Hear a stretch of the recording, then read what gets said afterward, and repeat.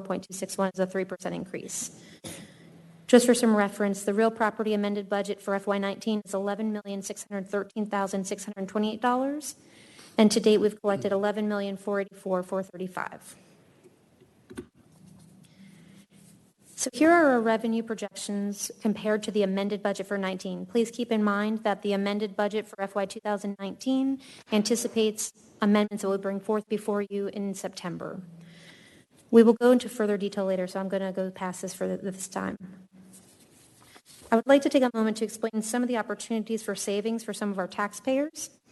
The city does trickle down the basic homestead exemption that you apply for at Fulton County. That is $15,000 off of your assessed value here for the city of Milton. We also have the CPI floating exemption, which I'll go into explaining in the next slide. Seniors also can apply right here at the city for additional exemptions. Age 65 receive an additional $15,000. If you're 65 and meet the current income qualification, it's $25,000. And if you're 70 and meet the income qualification, it's a full value exemption. You don't pay any city taxes. The same thing for anyone disabled and currently meeting that income qualification, pay no city taxes. Here's a little bit of information about that floating exemption, the CPI exemption that will be first applied in this year's taxes. It applies to your primary residence and the 5 contiguous acres of land around your property. You take your base year, and the base year is calculated by the lower appraised values of 16, 17, or 18. Each property, it will depend upon what they had values in those years of which year it applies. And then for 2019, you take that base year and multiply it by 1.0423. That is the multiplier that represents the inflation rate data for December 15 through 17. In subsequent years, that will raise to the lesser of 3% or the current CPI index. Once you have that, you'll get your adjusted base year value by multiplying your base year by that value and then reducing it for for the floating exemption taken from your assessed value. So here you can see a house in 2017 that had a $340,000 value, and they multiply that by the 1.042 to give them their adjusted base year value. Then you take that number and do that by 40% to give you your assessed value that you'll be taxed on. So that assessed value would be what you multiply the millage rate by. So then you take the 2019 appraised value, which is your fair market value. You take 40% of that, and then the difference between those two values is your floating CPI homestead exemption. So that goes added to your other exemptions to reduce your taxable value in 2019. Lastly, we also have the Conservation Use Value Assessment, your CUVA. This is for properties that are deemed for more agricultural or rural usage. There's no minimum amount of acres required, but there's a maximum of 2,000 acres, and you must keep your land in that status for 10 years. And that does reduce the value of your property that you pay your taxes on. Here you have before you calculating your tax bill. So the average home value, fair market value in Milton is $400,000. And this example here shows that $400,000 home with a basic homestead exemption of $15,000 and what they would pay with no other exemptions being considered under the 3 different millage rates. So under a 4.731 millage rate, they would pay $686. Under a 4.39 millage rate, they'd pay $636.55. And under a 4.261 millage rate, they would pay $617.85. So the difference here between the 4.731 and the 4.390 is just under $50. This slide went to show that how the CPI exemption is going to affect some of these values. You can see where a home of $400,000 has a larger CPI exemption than a home of $2 million may have a greater savings due to that CPI exemption in this tax year. So that just gives you some examples of what the different bills you'd pay with the CPI exemption. Here before you, you have a breakout according to FY19's amended budget of what you would be paying annually, monthly, and daily for each of these different categories of city, what the city brings to you. So for public safety, you'd pay 75 cents a day for those public safety attributes. Parks and Rec, about 14 cents a day. So in total, at the 4.731, you'd pay $1.88 a day for your services from the city, including the capital pay-go program, $57.17 a month, or that $686 a year that we just saw calculated on the last slide. Here's that same breakdown across all 3 different millage rates, so you can see that. So next we'll go into talking about the rationale for a 4.39 or keeping the millage rate where it is.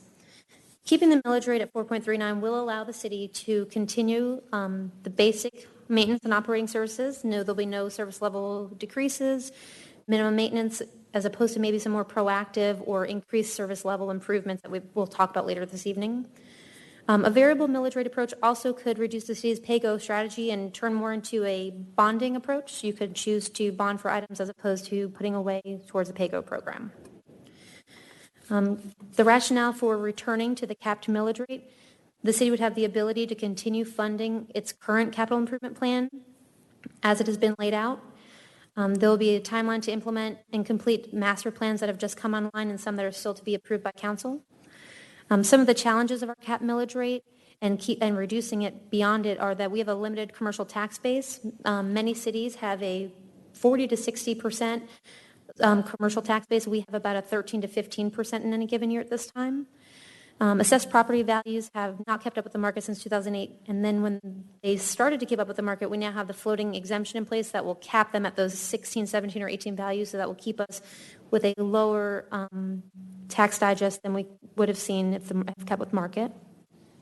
Also, we have our community vision to retain our rural character, so there is really not at this time an anticipation to seriously increase that tax base for the commercial property.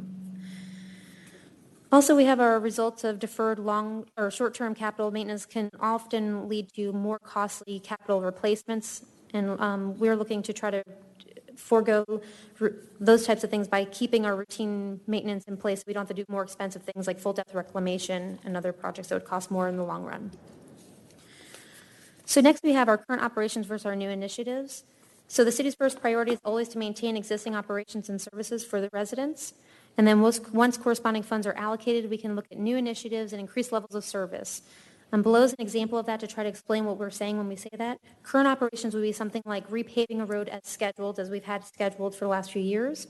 An enhanced level of service may say, let's repave additional roads that need attention at this time, or do them ahead of schedule, or maybe go ahead and do a full depth reclamation as opposed to just patching or repaving as was scheduled. Lastly, a new initiative could be something like, let's construct an entirely new road to ease some congestion, kind of like we did here at Heritage Walk.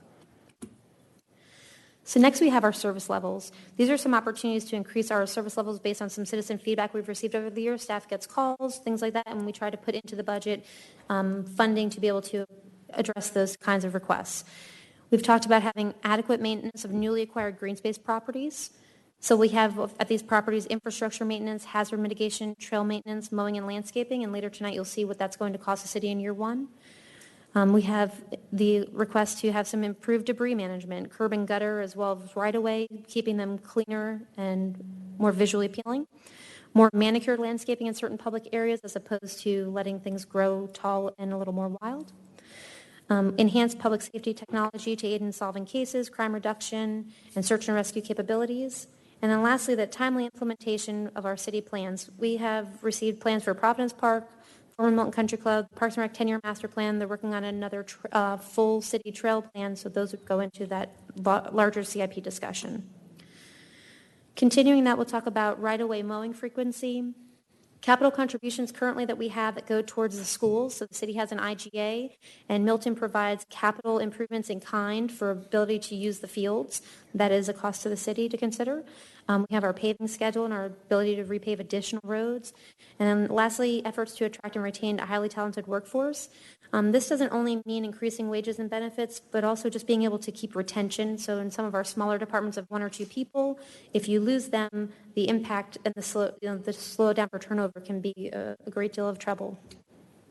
So that is the military presentation. Okay, do we have any questions for Bernadette? Matt? Bernadette, the homestead exemption and the examples that you have, does everybody get that, or what percentage of the people in Milton actually get the homestead exemption of $15,000? So out of our almost 14,000 parcels, about 7,800, it appears, typically come in with a homestead exemption on them. Okay. That's your basic homestead exemption, which then you are typically eligible for that, and then it adds on the other ones. Okay. So I said roughly 50%. Okay. That's what I was wondering. Thanks. Okay. Any other questions? Do we have any public comment on this item? We do have one public comment from Judy Birds.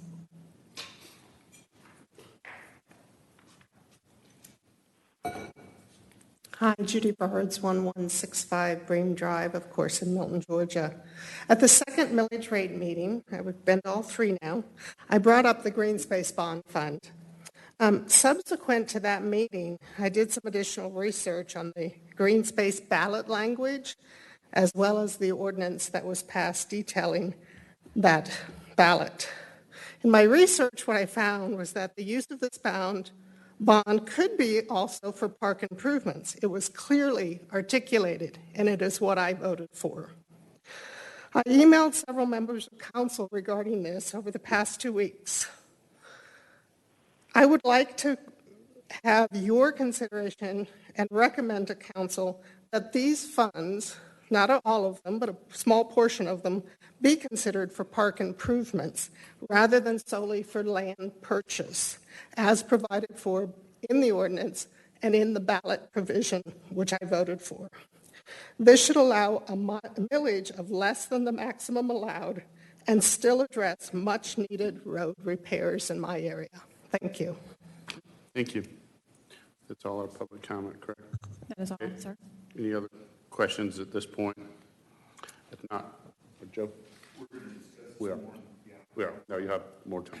Okay, at this point, I would ask that we recess this special call meeting, and we'll move into our work session, and then we'll come back into this meeting afterwards. So do I have a motion to recess this special called meeting? So moved. Second. Okay, I have a motion for recess from Councilmember Longoria with a second from Councilmember Kuntz. All in favor, please say aye. Aye.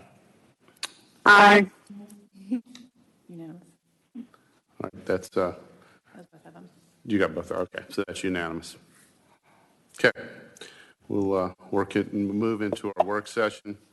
Welcome to our August 12, 2019 regularly scheduled work session. Tonight we have 3 items on our agenda. Public comment is allowed that is germane to an agenda item. If you wish to speak, you are required to fill out a public comment card and turn it in to the city clerk before the agenda item has been read. If you're speaking on behalf of an organization, you must fill out an affidavit that you have the authority of said organization. Please remember this is not a time to engage the mayor or members of city council in conversation. When your name is called, please come forward and speak into the microphone stating your name and address for the record. Public comment will be allowed for a total of 10 minutes per agenda item and no more than 2 minutes per person. Public comment will be heard at the beginning of each item. Once the item is called, no other public cards will be accepted. So, Stacy, if you will please sound the first agenda item. First item is presentation regarding National Citizen Survey. Ms. Shannon Ferguson. Good evening, Mayor and Council.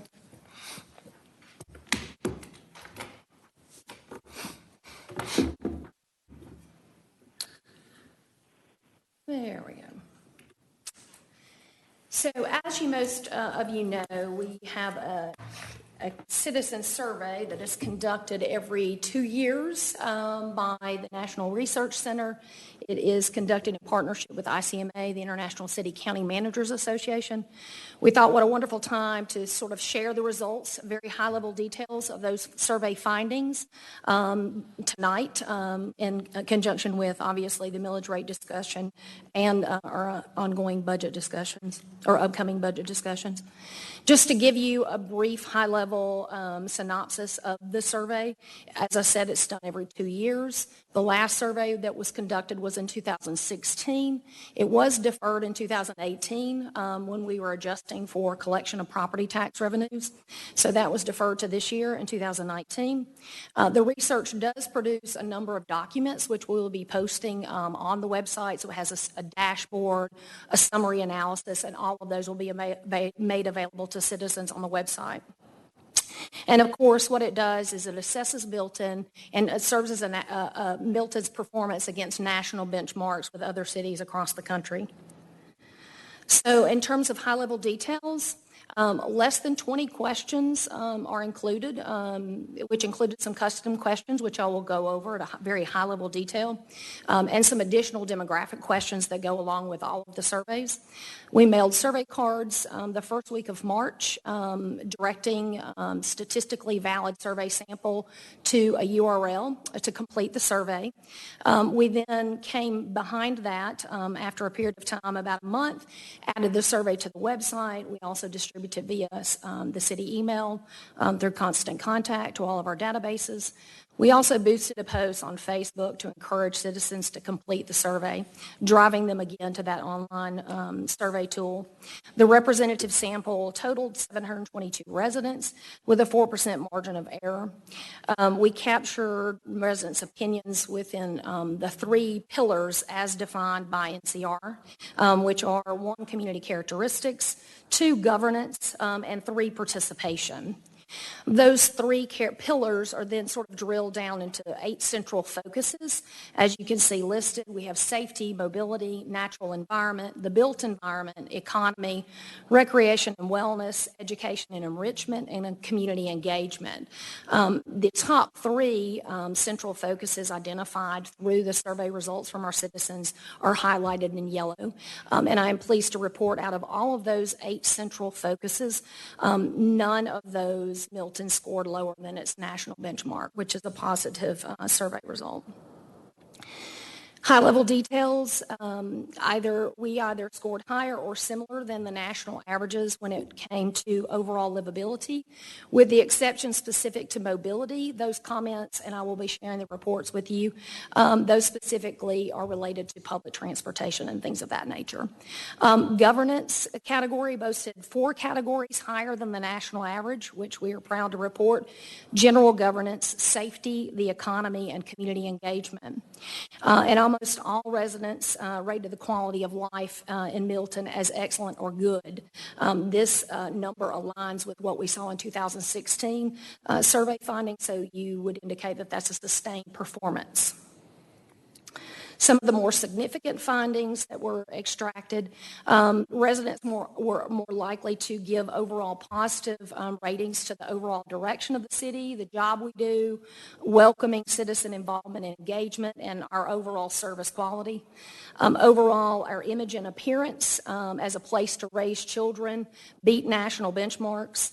4 in 10 residents or less positively rated pass and walking trails, ease of walking, travel by bicycle or public transportation, which obviously aligns with some of that mobility analysis that I mentioned earlier. They were, like I mentioned, less likely to use alternative modes of transportation instead of driving. Overall, the confidence in city government as far as being honest and treating residents fairly were all higher than the national average. And 77% of the residents responded that the sense of community was either excellent or good, again, beating the national benchmark.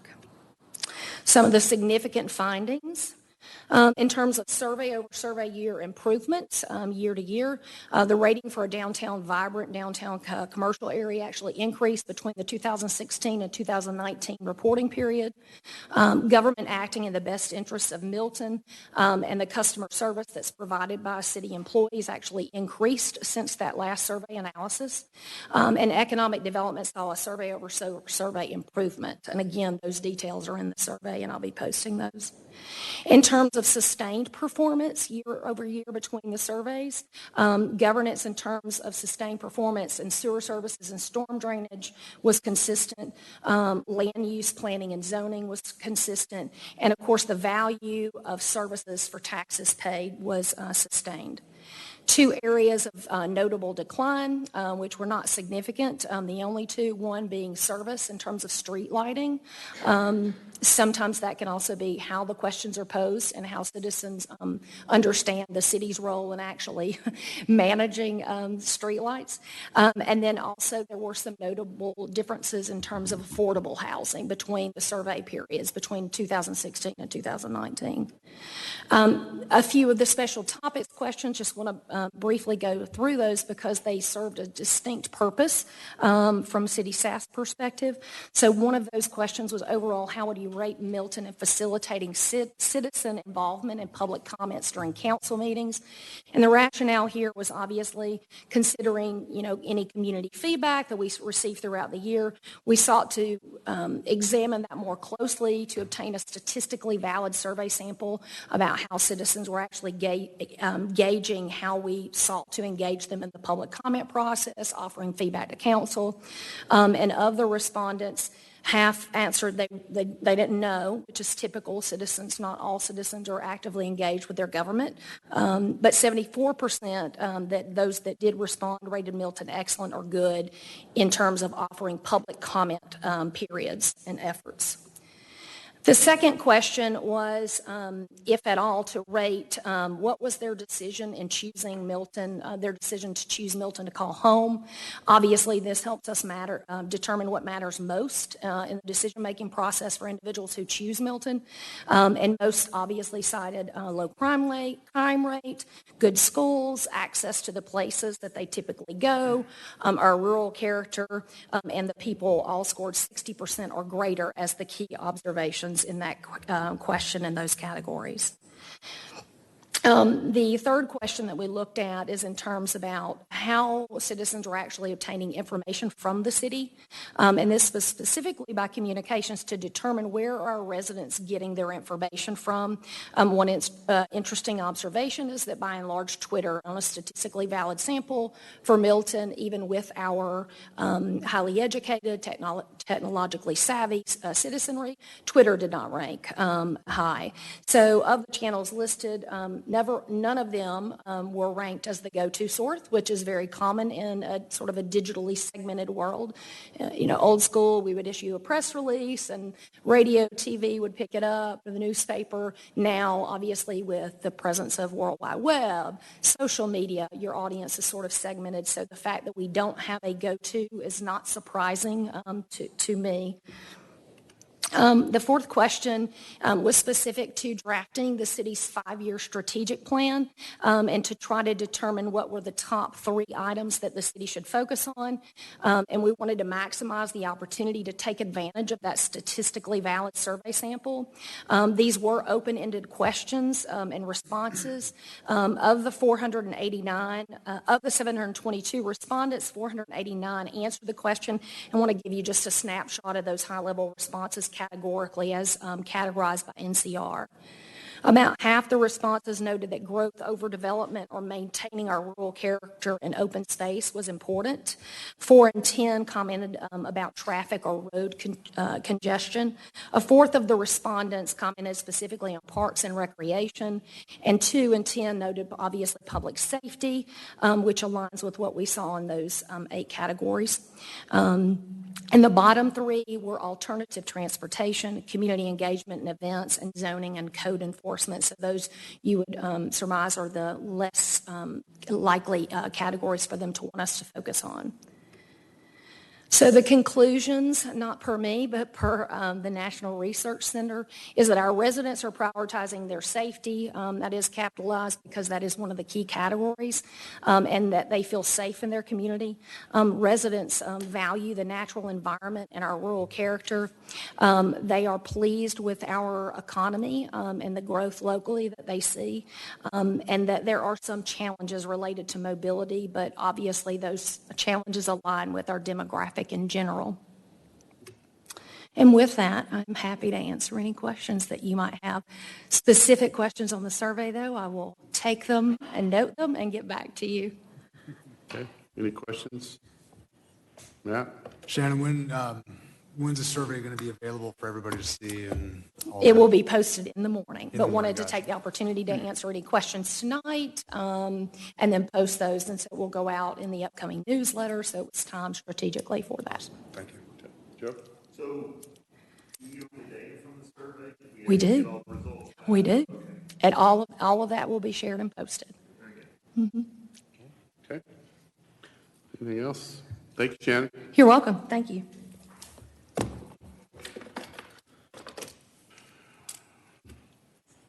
Okay. Stacy, if you'll please read the next item. Next item is discussion of the fiscal year 2020 budget. And do we have any public comment on any of these items? No, sir, we don't. Mr. Steve Crocroft. Good evening, Mayor and Council. I am going to shift the presentation over to Bernadette, and from there we'll be moving around presenting between myself, Bernadette, and the various department heads.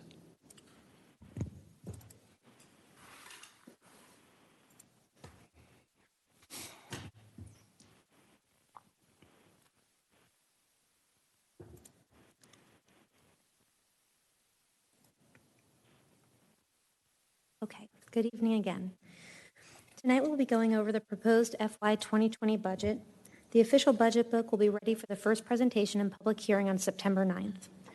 We will begin this evening by discussing current revenue projections and any major variances seen between FY 19's amended budget and FY 20's proposed budget. Please keep in mind, again, the FY 19 amended budget has figures that are going to come before you in the amendment in September. After that, this evening, my colleagues will come up and discuss each of their new initiatives for maintenance and operating as well as capital, and then we'll go into the continuing capital improvement plan. This budget has been prepared utilizing a 4.731 millage rate. So looking at the trends over the past 5 years, we have recognized a slight decline. I'm going to go over some of the major changes that we're seeing in revenues, not every single line, but these are the line item categories that we have in more detail than we've seen in the millage rate presentation. So as we've looked over the last trends over the last 5 years, we've recognized a slight decline in natural gas-related franchise fees, and you will see a 5% reduction in anticipation of this, recognizing that trend. We have conservatively estimated lost revenue increases at $50,000 as there has been a long period of expansion in the market that may not continue through the entirety of FY20. You'll notice that insurance premiums have been on the rise, and looking at the past few years, we've seen an average growth of around 7 to 8%, so we're keeping that trend going. Land disturbance permits have varied from a low of 14,000 to a high of about 264,000 over the last 8 years, and we felt that that $50,000 figure was a good figure to expect for FY20. The city has currently no expectations of receiving operating grants in FY20, so you will see a decrease there. Some of the grants we've received in the past have been FEMA, Bulletproof Vest program, things like that. Charges for services are remaining fairly consistent, and so we're seeing just a slight increase of $9,000 there from FY19 to FY20. The variance you're seeing in investment income is being driven by the startup of many capital projects. So we have less idle funds able to be invested. It's not showing that we'd have a loss on our investments. So you're seeing a slight decline there for FY20. And as you can also see, the city never anticipates receiving a donation or insurance payouts for damaged property. So those lines have been set to $0 for FY20. You're going to see a request here in the rents and royalties category for $80,026.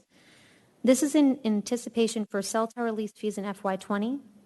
In the FY19 amendment, staff will be making a request that council take the funds from cell tower lease revenues received over the years from land conservation, where they are committed, and to uncommit them and allow them to be moved towards improving and maintaining the properties that have been procured through the green space bond funds.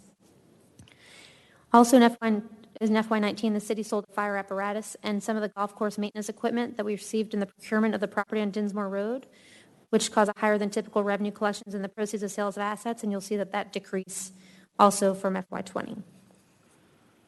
Lastly, you'll see $83,093 in the transfers in from the Capital Projects Fund. These revenues include $9,700 from the parcel alignment project account to cover costs associated with year 1 of the maintenance agreement for that data, $18,393 from the completion of the birdhouse renovations to go towards repainting and landscaping the property, and $55,000 to move restriping of existing roads from capital back to maintenance and operating, and the balance of that project account will go towards pavement management. You'll see that later when we go over the capital improvement plan. So now I'd like to take an opportunity to let each of my colleagues come up and discuss their initiatives. We'll start with Sarah Ledart from Economic Development. Thank you. Good evening, Mayor and Council. The Economic Development Department is requesting $25,000 to rewrite Chapter 4, which is our alcohol ordinance. Over the past several years, we have made changes reactively as opportunities have arisen. We would like to bring in an alcohol ordinance professional to rewrite the ordinance with City Council, staff, and leasing and developers looking at Milton. The purpose is to create a proactive ordinance that clearly defines what we want and attracts unique businesses to Milton. any questions? Yeah, I'm going to, with each department, is there any questions on this or comments? No? Yes, sir. We've never spent 25 grand on an alcohol ordinance before. Right. Is that,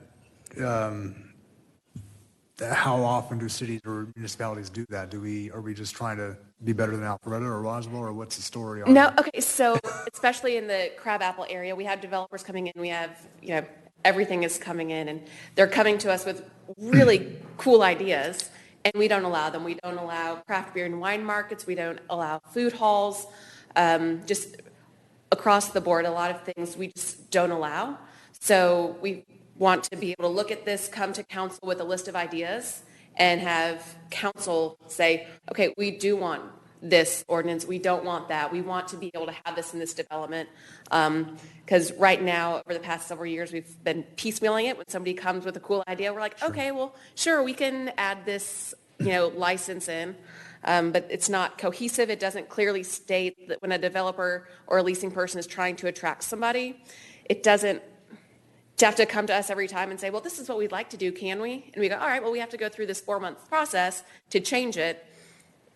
We'd like to proactively tell establishments what they can do here in Milton and be attractive, and the $25,000 is what that costs.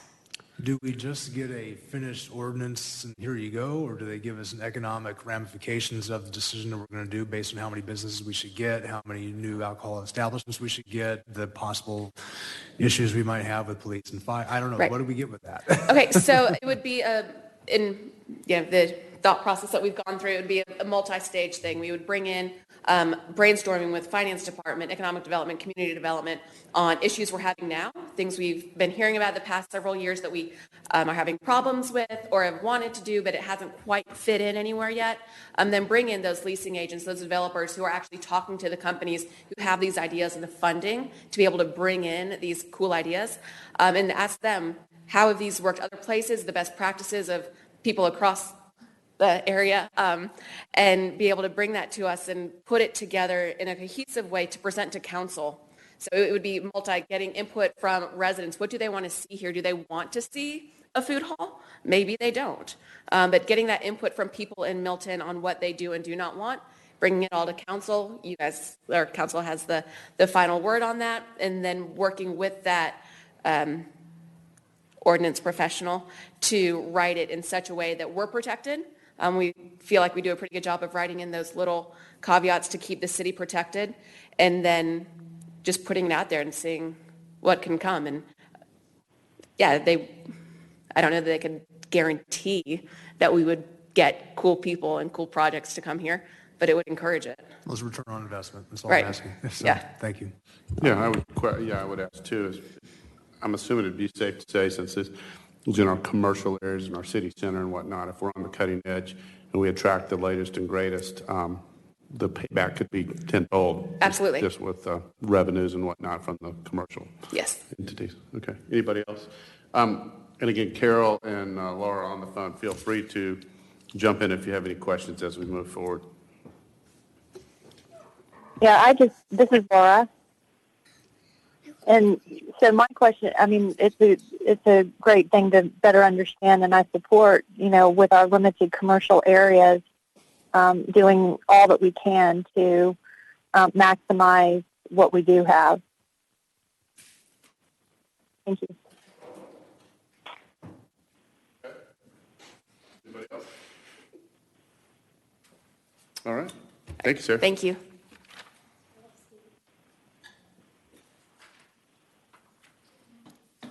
Can we switch? It is switched. I can't read that. So my apologies. This is what happens. Thank you. So these are the city manager driven maintenance operating initiatives. The first one is a consultant for our new strategic plan. We're ending our strategic plan period where we'll be entering into a new one. We should start that process in 2020. What I'm looking to do with this is have a larger community involvement component to this. so that council, when determining what our vision and goals will be, you'll have the data to work from, not only from the recent NCR report that Shannon talked about, but also more specific questions and more specific goal-oriented direction from a consultant. Any questions on that? The second one I have is for a comprehensive internship program. We have been using interns here for many years. This year, especially, we had significant success, and it was driven by 2 interns. The interns have historically, even in my old world, are difficult to manage if you don't have a structured process and program in place. And one of our interns this year, her job was to create this internship program that makes sure that there are win-win situations put in place so that the student, and these will be mostly undergrad students, come in and they have a program that better augments their educational process, but at the same time provides the city with real tangible value. And we saw that this year, especially in the program that she created and over in Parks and Rec. So that's something we want to see move on. We're looking for 2 part-time positions over a 10-week period over the summer. They each get paid $15 an hour, which is generally what we see in the internship world. And the bottom line on that, can you scroll down, is 11,376. Okay. Is it, and obviously, again, safe to say that that's a value for our actual citizens that are interns, as well as the city gains value out of that too? There's a few things. Yes to your question. There's a few things we're looking to gain out of that. Not only the experience and the work here at the city level, but we're also hoping to create a pipeline of City of Milton residents into the City of Milton government, whether it be at the staff level or future electeds and things along those lines. And I got to tell you, from what I've seen, there's if they do come back to the City of Milton, we're going to be in good shape. Good. The final one I have in here is a departmental assessment. In some of our organizations, like police and fire and finance, you have best practices, established best practices from which to work by. In police, we have CLIA. Finance, we have GFOA and our auditors. Another organization, fire, I apologize, Chief, I know it starts with an N and ends with an A. Thank you. NFPA. We lack it in other areas in the city, and what I'm looking for is the ability to make sure that we are employing best practices in our various departments. This is something I would look to do over a several-year period. 25,000 is generally what I'm expecting for it to cost for one larger department or maybe 2 smaller departments. I want to continue this in the process in the areas where you just don't have those accrediting agencies or organizations that make sure you have the best practices and policies in place in your various departments. Well, any questions so far on city managers? Carol and Laura, you good? I'm good, thank you. Good. Okay. And that's my final one. Okay. Correct? Next we have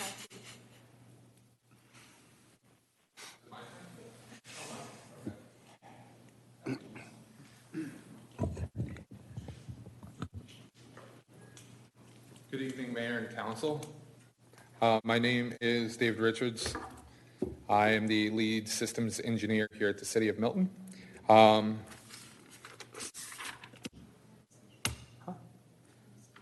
Prioritization. Modernization. GIS, it looks like. Huh? Yes. Okay. So for GIS, we have an M&O initiative for GIS. That initiative includes software and licenses for the that's in relation to the capital request. The capital request is for hardware. The benefits are additional additional capabilities. This includes simplified user interface and ease of access to information. It also allows reduced training requirements and eliminate power users to access information. So that in turn saves personnel hours, which reduces cost. So the bottom line on the operating side would be $23,432. Oh, yes. And then there's a corresponding capital initiative for the hardware and servers of $47,432. Then public safety complex. Thank you. Oh, there's visual aids too. So, okay. Just to add on to that, if I could, David, do you mind if I jump in? Sure, of course. You did an excellent job. I appreciate it. Oh, thank you. What this does for those people that are not traditional GIS users, and this is not just on the staff side, it's on the citizen side. It creates more of a more of a web type interface, something that is more intuitive to the casual user. So you're able to get your questions answered, practice self-help, access our data sets to be able to do your own analyses, things like that. From an internal standpoint, it's going to allow us to be able to have one-stop shopping for information, especially police and fire, where you're now going to have integrated information based on addresses and things along those lines. Okay. Joe, question? So this is a replacement for Milton On Demand, and it's the side that pop up next to nearby? It works with, now I'm going to have to ask you to, how does it I know it is Milton On Demand, but how does it work with it? I would say that it is an enhancement to what we have currently. It's leveraging additional capabilities that are available to us as we move forward with our GIS program. So these are things we're subscribing to, so that just added to what we have, or it's something we have to install that we host and we manage? I can help you with that. Yes. Both. Currently, we have a host of applications that we will be able to leverage now as a result of these additions through ArcGIS. And a lot of these data sets are not available unless you're a power user and you have specific access. So I can't get it, but someone else maybe in Public Works can. And from the citizen standpoint, they can't. So we want to try to make sure we make all of that information as available as possible to the casual user. Okay. Matt? So GIS does obviously the satellite images, it's got the land maps and all that stuff too, right? And so how quickly is it updated when changes happen to plats and things like that? I just don't know. I'm curious. So it depends also. Mm-hmm. I'm working towards real-time updating, not only in things like permits and even applications, but also I'm looking for crime information to be up. Because right now we use third party. I know that we can leverage our current GIS to be able to use that as well. So I'm looking for real-time reporting with an interface with our RMS. Right now, most of our permits get entered once a day. What I'm looking for, hopefully, is once we get our electronic plan review, which we're working on contemporaneously, is to have that data be able to upload and interface with our GIS. So if you're driving down the road and you see trees coming down, well, let me click on my GIS, whatever Milton app that will look like it, I'll probably still be the mod. You'll be able to click on a little icon on the address and actually see the LDP. That's what we're looking for in the not-so-distant future. We have 2020 as the completion date. I'm hoping by the end of 2020, you're going to have that ability. But hopefully not clicking on your phone while you're driving. Once you pull over, yes. After you pull up. Right. Okay. Anybody else? Laura? Carol? 1001, 1002? Nope. Good. Thank you. Well, we've had the benefit of the other meetings, so I'm good. Thank you. Okay. And I would just make that comment too, per Carol's, to the citizens and those watching, that all council has had access to staff and the budget and meetings and whatnot to go over these things. So. Okay. The next thing that I would like to discuss is the public safety complex systems and network infrastructure. As you know, this is a brand new building. and this building will require a similar investment to the investment we made here with our network switches, servers, everything that enables us to be all that we can be in serving the citizens of Milton, be it with computers, mobile devices, things of that nature. So the estimated project cost is $162,000. What this will do is it will increase the reliability and capability for business continuity and disaster recovery efforts. And it will also provide necessary core infrastructure and information services to the staff and citizens. Any questions on that?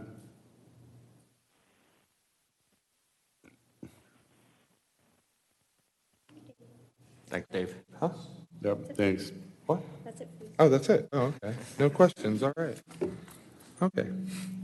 Thank you. Thank you. HR? Good evening, Mayor and Council. There are two M&O initiatives for human resources, including this year's budget request. The first is $1,500 for a personnel policy rewrite.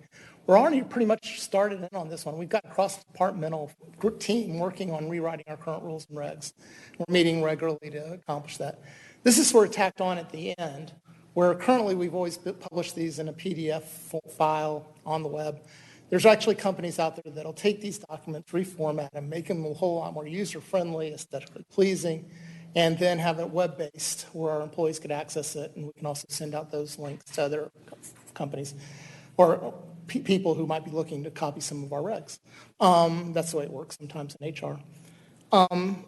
We feel this will be a good add-on to what we currently do and how we currently handle our current policies. Are there any questions on that request? Great. The second one is dealing with an employee engagement survey.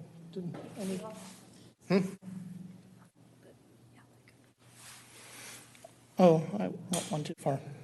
There it is. The employee engagement survey. As a city, we're constantly expected to improve our performance and delivery of services to our residents. One way we can manage that internally is to measure and improve our level of employee engagement. And really, employee engagement consists of three components: job satisfaction, employees' commitment to the organization, and employees' satisfaction with the organization they work for. If we can increase our employee levels of engagement and increase those, it can help us achieve strategic goals, deliver responsive services to citizens, stimulate innovation among our employees, and also help us ultimately retain employees as well. Employee engagement drives outcomes in many areas and is basically critical for employee performance. Measuring employee engagement with the survey will allow us to see where we compare to other municipalities nationwide and provide us steps where we can improve employee engagement in the future. Any questions? Thank you. Thank you, Sam. Okay. Next, we have Courtney from Community Outreach and Engagement.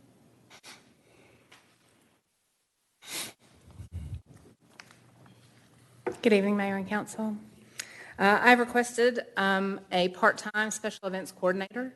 This will allow us to increase the number of special events provided to Milton citizens. With the increase of new parks and property, we have the opportunity to have more events, and that would free me to do more outreach. But this requires staff and resources. This special events coordinator would share responsibility for the execution of existing events, as well as help increase community offerings. They'll share responsibility for all the duties at city-sponsored events, including planning, coordinating, collaborating, graphic design, social media, and all of the things that go into planning a special event. They'll also work with me and the existing part-time special events coordinator to engage volunteers, spearhead new resident outreach programs, and manage various community groups as needed. Filling this position will maintain and improve what makes Milton unique, our notable level of community events and engagement. Okay. Any questions, Joe? So Courtney, big fan of engaging with our citizens and holding special events, that kind of thing. Is but a part-time position. So you've got capacity right now to manage what we currently provide, and so the part-time position would be to extend that. Well, to better manage and extend, yes. Okay. Can I jump in? Courtney's Please. being kind. She I am. actually doesn't have the resources to be able to maintain her current level. She's at about 112%, I believe, or something along those lines when we figured out the workload there.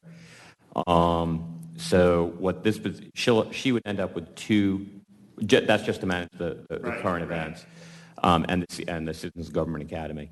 So what we're looking for is you'd have the two part-timers, because she already has one part-timer in her budget. So you'd have two part-timers working in a team to be able to deal mostly with the special events type things. What I'm looking for from Courtney is to continue to manage and grow the Citizens Government Academy, because we're seeing a significant return on that investment.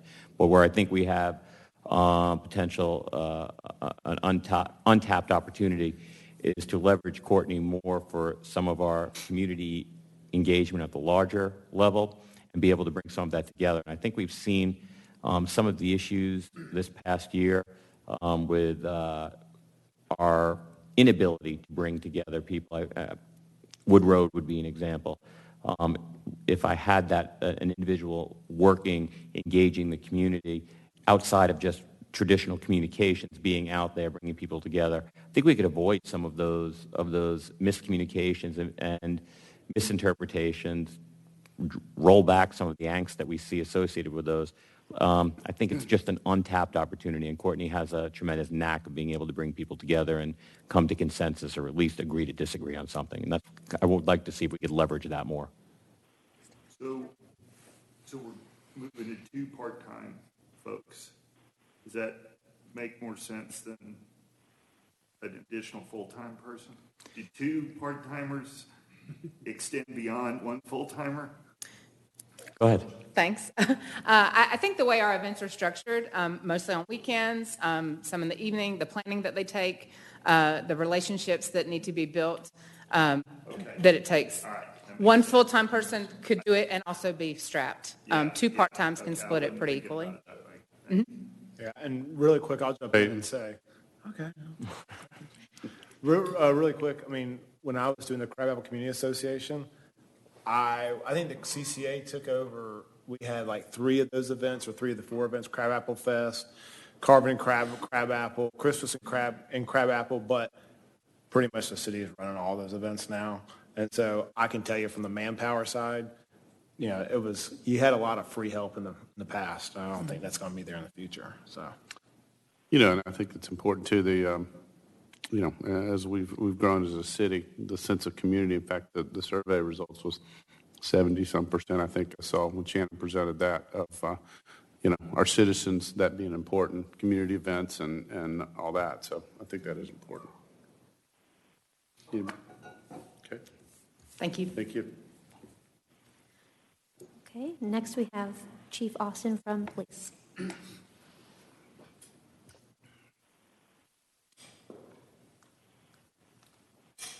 Greetings, Mayor, members of council. Our 2 M&O initiatives this year revolve around personnel. The first is adding 2 full-time police officer positions.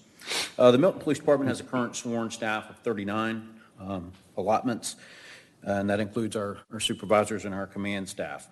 And while we may run efficiently with 39 officers, historically, our challenge has come with training. Training a new officer from the time of hire to the academy through field training takes anywhere from 23 to 27 weeks, which causes quite a bit of lag time. And while officers are undergoing this required training, we still have to have our sufficient fully trained officers on patrol. So having 2 additional officer positions will allow those officers a relief factor. Right now, we have some difficulty in getting officers training and also their benefit time, which speaks to their work-life balance. So we're hoping that by adding 2 positions that we will be able to have just a little relief factor there so that we can have ample time to get these officers trained and out on the street. I have a question, Chief, just, and, based on the 39 current sworn patrol or officers, how many at each, each shift are actually out on our streets? That depends on the day and the time. Typically, we fully staffed, we would have 4 officers and 1 or 2 supervisors out working the street. And that was my question, because a lot of times people don't understand how many it takes to just man 4 people 24 hours, 24/7. 39 sounds like a lot, but it equates down to 4 people covering 40 square miles. So. Yes, sir. And one call can certainly zap resources in a hurry. If I could add to that, Chief, is that all right? You actually hit it on the head. Our challenge is not a high offending population. Our challenge is our geography. And once you end up down 1 officer because of turnover, and we all law enforcement is dealing with a significant turnover rate. And actually, I think we're doing okay compared to many of the others. But additionally, so you let's say you drop 2, those are done. They're out of the mix for 9 months because you got to train them up and then you got to field train them. So that's really what this is about. To deal with some of that turnover and that 9-month gap to get them from applicant to police officer has a significant impact on a department of 39. So that's what this is about. To be able to maintain our current levels of service. Without getting too deep and boring, we look at something called the saturation rate. We look at how often the officers are available to answer calls, and generally you want to make sure that they're available 60 to 70% of the time. We're on the cusp right now of 70. I think that this could have a significant impact on that. We're also looking at response times, and I'd like to see some improvement in our response times as well. So I would like to see what impact we have with, and has nothing to do with our officers. It's the geography, it's the traffic, and it's the number of officers we have deployed. I want to see what impact this can have as well on that. Well, I would also add, I'm sure population has something to do with it. When the city was first organized, there was somewhere around 24,000 people. I think, now the census is going to creep up to close to 40,000 people. So, with the same amount of officers. So, okay. Anybody else? All right. And our second initiative is reallocating 1 lieutenant position to captain position. 2 years ago, the Milton Police Department had 1 captain that retired who had over 30 years of experience. At that time, our command staff had just reorganized, and our lieutenants were just settling into new positions, and 2 were also fairly new to their rank. At the time, in my estimation, we didn't have anyone that was prepared to take that captain's role on. As a stopgap, I moved 1 lieutenant over to command our criminal investigation division. But through continued staff development, gaining experience, I'm now confident that we have several viable captain candidates internally, and certainly didn't want to go externally when I knew we had the talent there that just needed to be developed. So my goal would be to set forth a captain's promotional process to vet our current lieutenants for that position. Okay. Are there any questions on that? Okay. Carol, Laura, anything on the last couple items? No, I appreciate the waiting for, the internal candidate to emerge and become, promotable. So I appreciate that, Captain. Keep asking. Okay. I would add that I think you all have been extremely thorough and efficient in managing that process, so thank you. Okay, thanks, Chief. Thank you. All right, next we have Chief Edgar from the Fire Department. Good evening, Mayor, Council. I have 3 initiatives for FY20 that I'd like to present. The first one is a staffing relief factor for the fire department. Currently, the fire department has 18 members assigned to each shift with a minimum staffing of 15. So that allows for 3 employees to be off on vacation or, taking their PTO time, their own PTO time. Over this past 3 years, we've experienced vacancies, retirements, FMLAs, sick, and which has forced our staff to either work overtime, be forced to work overtime because they have other obligations on their time off, or that we've had battalion chiefs and chief officers where they've had to give up vacation days in order to maintain that minimum staffing each shift.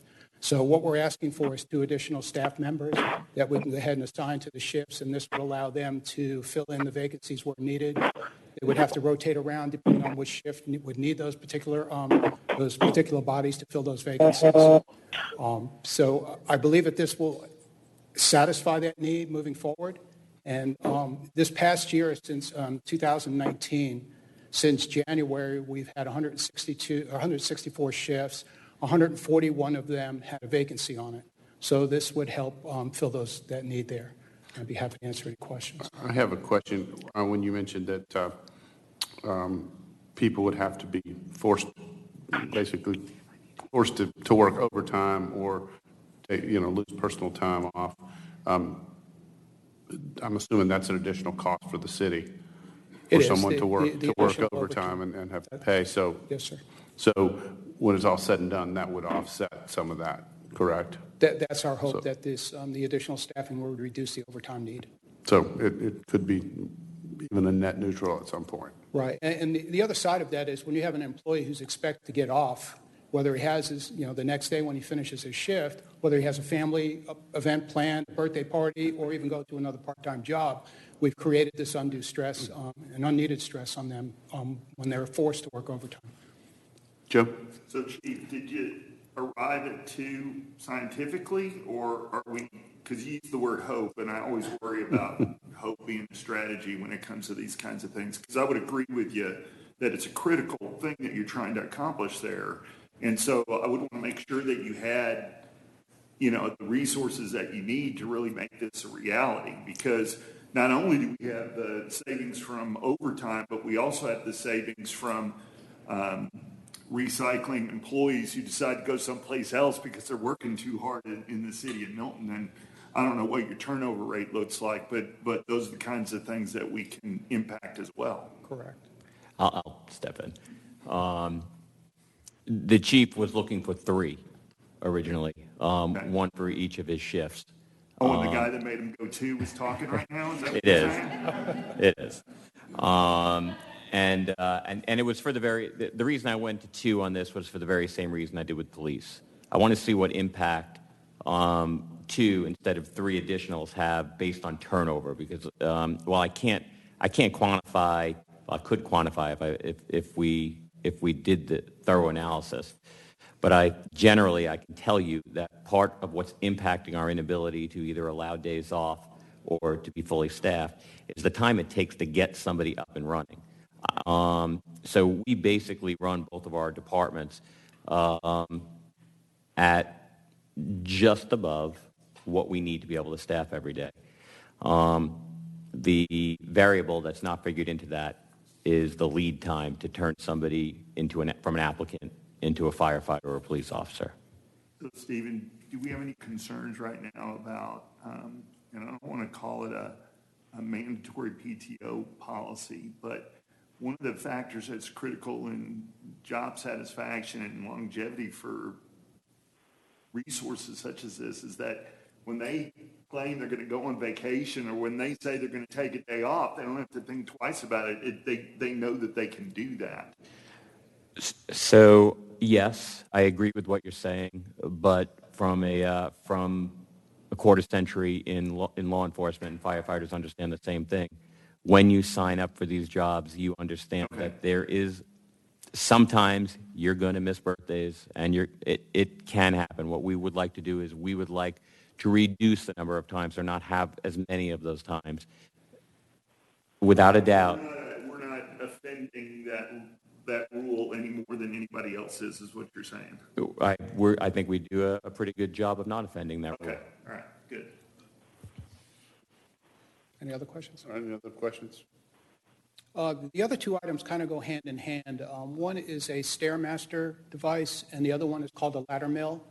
And what this is this part of our physical fitness program, and it's imperative that our staff remain physically fit. We perform annual physicals with a doctor. We actually perform, what am I trying to say? The physical assessment is what I'm looking for. So annually, we have to perform that as well. In addition, we have a policy in place where you have to spend 60 minutes each shift and work out. And we purchased our current Stairmaster that we have today used about just over 5 years ago, and it's reached kind of its end of life. It's used every day. It's used for every physical. It's used for new candidates, new applicants. We run them through a physical agility test. So it's time to replace that device. And then the other device is the ladder mill, which is also part of that same type of program. It's called a Jacob's ladder, and it also does a physical assessment and see how well you can perform those tasks. And these are critical to the firefighters as when they're performing their tasks on a fire scene or any other type of emergency that they're physically fit. And these two devices here help us perform that and do that. Any questions on that? Questions on that? Okay. Thanks, Chief. Thank you.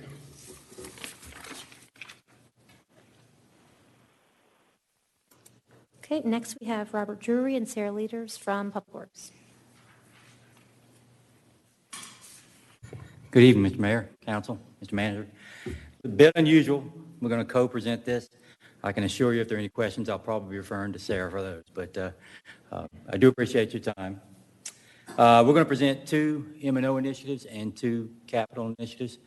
The first is an M&O initiative that's sitting in front of you is a citywide traffic count and speed study. First of all, I applaud staff's initiative to present this. This is a baseline data of speed throughout the city. This speed study is critical, particularly if you start looking at doing analytics and improvements in the future. It's critical to have this kind of baseline data. So the $125,000 gets you started on having some baseline data just as this needs. Any questions on that one? Can I jump in on that one? Yes. I apologize. No. Welcome, Robert. Thank you. So you're all used. You know, one of the complaints we get, significant complaints, are the speeds throughout the city on various roads, and what I don't know that the 125, how far that will bring us in my long-term objective of having. I want to take a complete look at appropriate speed citywide. Generally, if you draw a line from Providence Road across Bethany Bend and across that part of the city, you can separate where the speeds should probably change quite a bit. But what we see roads like Freemanville where you have 45-mile-an-hour speed limits, but yet you have more and more single-family homes being built outside of the subdivisions where they're coming in and out of their driveways onto roads like Freemanville, Birmingham. And the speed limit of 45 with the Georgia law that using radar you can't write for under 10 miles an hour over quite often brings those speeds upwards of 50 and 55 miles an hour. And people have a very difficult time getting in and out of their driveways, and it's dangerous. What I'm hoping to be able to do is to have a comprehensive speed study, look at environmental factors outside of the traditional DOT 85th percentile, which, just to refresh your memory, you generally do a speed study. You put the speed detectors, for lack of a better or more technical term out there, that determines how fast people are going. Generally, what DOT looks at is what's 85% of the people going at, and that's generally, when they're comfortable going that speed, that's generally what the speed limit should be. What that doesn't take into account are the people that are trying to get in and out of their homes. It's very easy to go 50, 60 miles an hour on Freemanville Road and do it comfortably, especially in the straightaway. But it's not so comfortable when you're trying to get out of one of those homes. And I want to see how we can incorporate that into our argument with DOT to be able to lower the speed limits and be able to get our radar permits for it. Yeah. At the end, I think you answered my question. So ultimately, we're trying to get data that helps us to have an argument against GDOT to be able to lower the speeds. So by doing a comprehensive one, we'll need a citywide example to show them. I was going to ask if it may make more sense to try to pinpoint specific problem areas like you're mentioning? I'm just curious if that would be more effective, because I want to make sure the data is right so that we can use it. It could be, but generally what I'm seeing when, I could identify Providence as one example of, if I was going to go to one right off the bat. But generally, people will say, well, what about us? Right. I really think we should take a comprehensive approach. Originally, I wanted to look at this from below the Providence, Bethany, Bend line, south and north of that, but even that was being, I think, a little too myopic. I want to see what we can do with a comprehensive approach, and we're going to have to put this out on the street to even see what kind of responses I get back on this. But I think the city is long overdue for this comprehensive look. You make a very valid point. Yes, if you were going to tell me I'll let you do it in 3 locations, not citywide, Sure. I could probably pick out those 3 locations. But I think the city is due for an overall look. Whatever data we can present to GDOT that's most effective is what I want to see happen. So I need some experts in the field that could help bolster our argument. cool.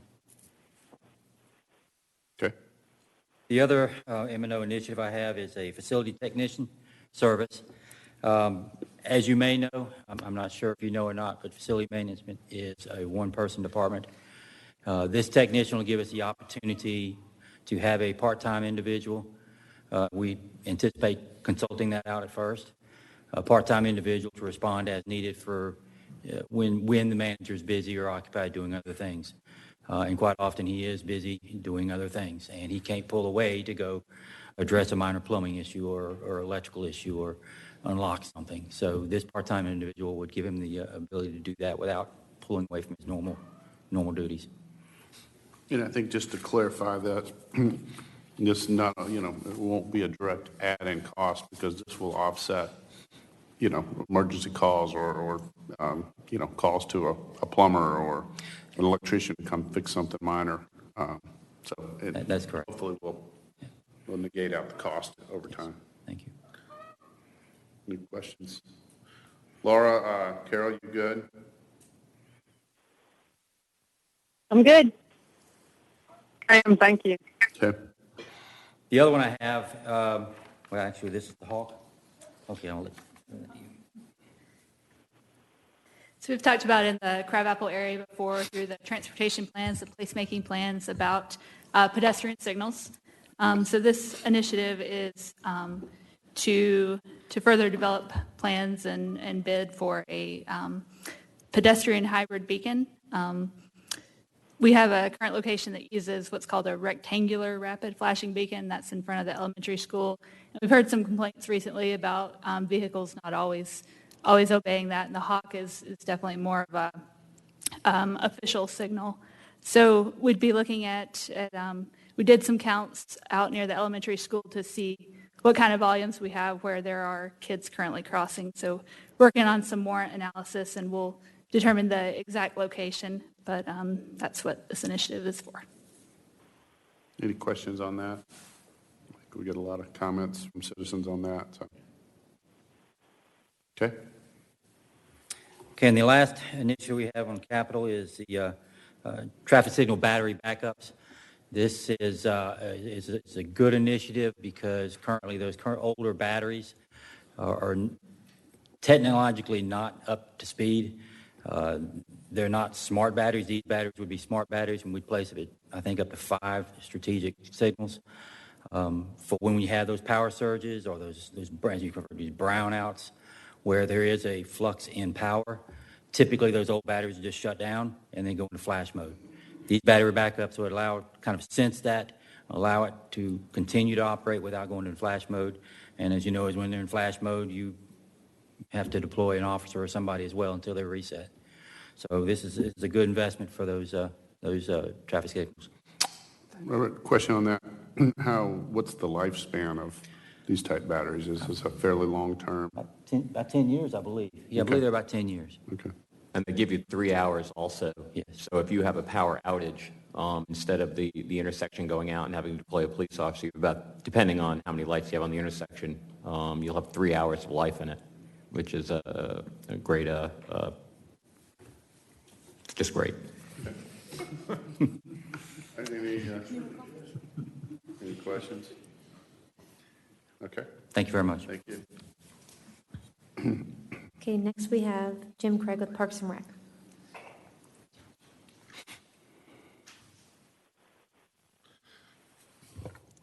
Good evening, Mayor and Council.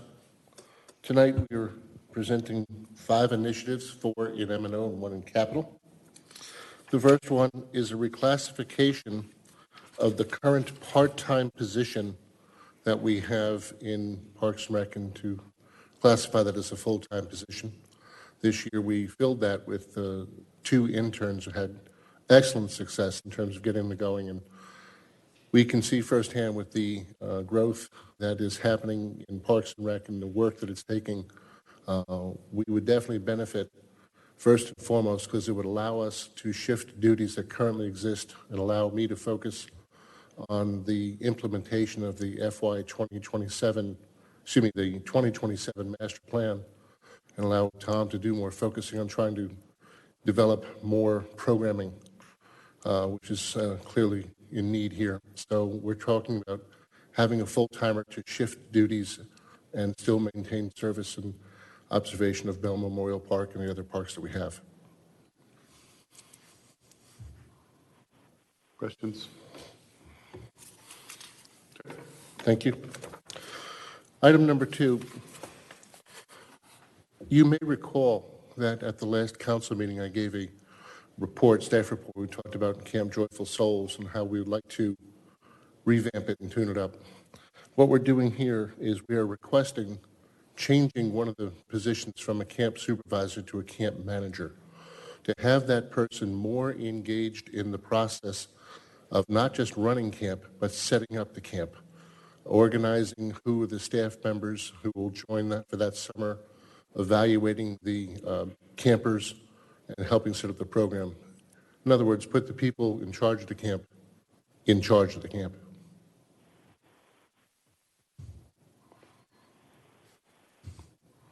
Okay. Any questions? The next initiative involves a scholarship program. This was something that the Parks and Rec Board felt very strongly about. We've discussed and vetted it through them. The idea is to provide funding for people in Milton who wish to participate in Milton programming, but economically are disadvantaged, not able to. We'd like to come up with the yes for any child who wants to come play. And so this provides money for that purpose. Any questions? Matt?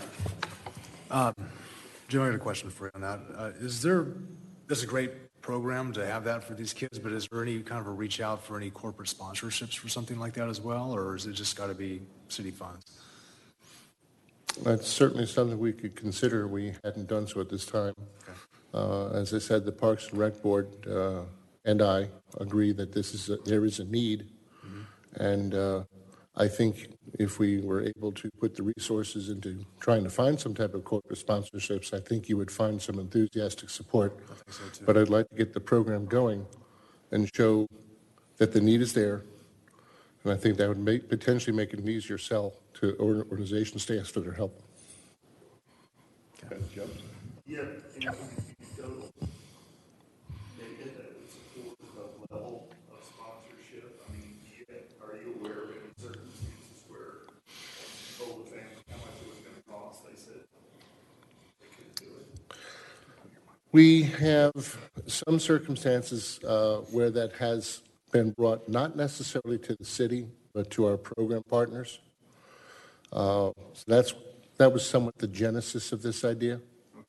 And Jim, could I jump in? We could also leverage the information, the data we have regarding the free and reduced lunch programs in our schools. Yeah, that'd be a good idea. And because we don't necessarily, there are some people that just think it's off the table. Right. They don't Right. even have a chance. So in working in partnership with our schools, they're not going to give us the who's, but we could potentially connect them and provide them the information, and then their social workers, whatever administrators of the school, can then provide those people with that information, see if we can't create more of a pull strategy that way. I mean to jump in on you, but that is good information for us to leverage. And if I may add, over the last 2 years, the city staff has been working with the local schools through the social workers to identify families that won't have Christmas. So that's been quite a joy for us to do, and that has helped us build those relationships with the social workers who could help us expand this program. Okay. I have a question, and I apologize. I couldn't hear what Joe Longoria said, but Jim, is the scholarship opportunity maybe in response to some trends that you're seeing with the MOU? And I wouldn't attribute the scholarship as something with the MOU as much as it's something that we've identified that there are kids who are not able to participate, and so we're trying to come up with a way to come up with a needs-based assessment. Just as Steve talked about the free and reduced lunch program, that was the basis of how the Parks and Rec Board recommended that a person qualify. okay, thank you. Okay. All right. Okay. The next one is a participation reimbursement program, which is an idea we are working on to try and come up with a way to identify that programming which we should be having but don't have right now. And perhaps if we are able to provide a reimbursement for if it's something, a program we should be having and we can't offer it, perhaps it's being offered through another city, and then perhaps we could offer a reimbursement for it. I will tell you that it's a new idea, and starting this Thursday, the Parks and Rec Board is going to be taking this up as an idea to look at what programs we offer, to what programs should we offer, what are offered through other agencies, what should we start planning to do, what should we start doing right away through another agency. And so the concept here is if the Parks and Rec Board comes up with a recommendation for the council, and should council in turn approve that, this provides funding to implement that.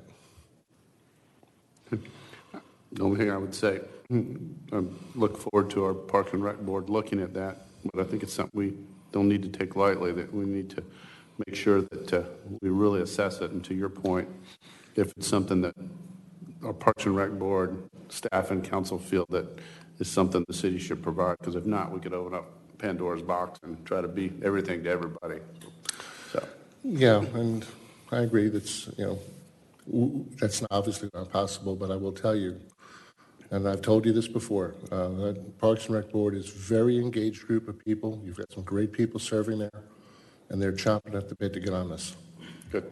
We met recently, and my request was that they work together with the Parks and Rec staff, determine what it is that we should be offering right now. That's the criteria I'm looking for right now, but can't because of some resource shortage. And I'll agree with Jim. They're excited about jumping on this. Good.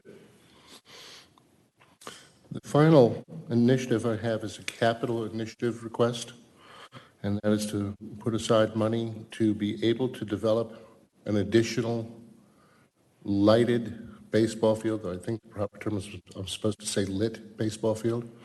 But the idea here is we know that baseball is growing.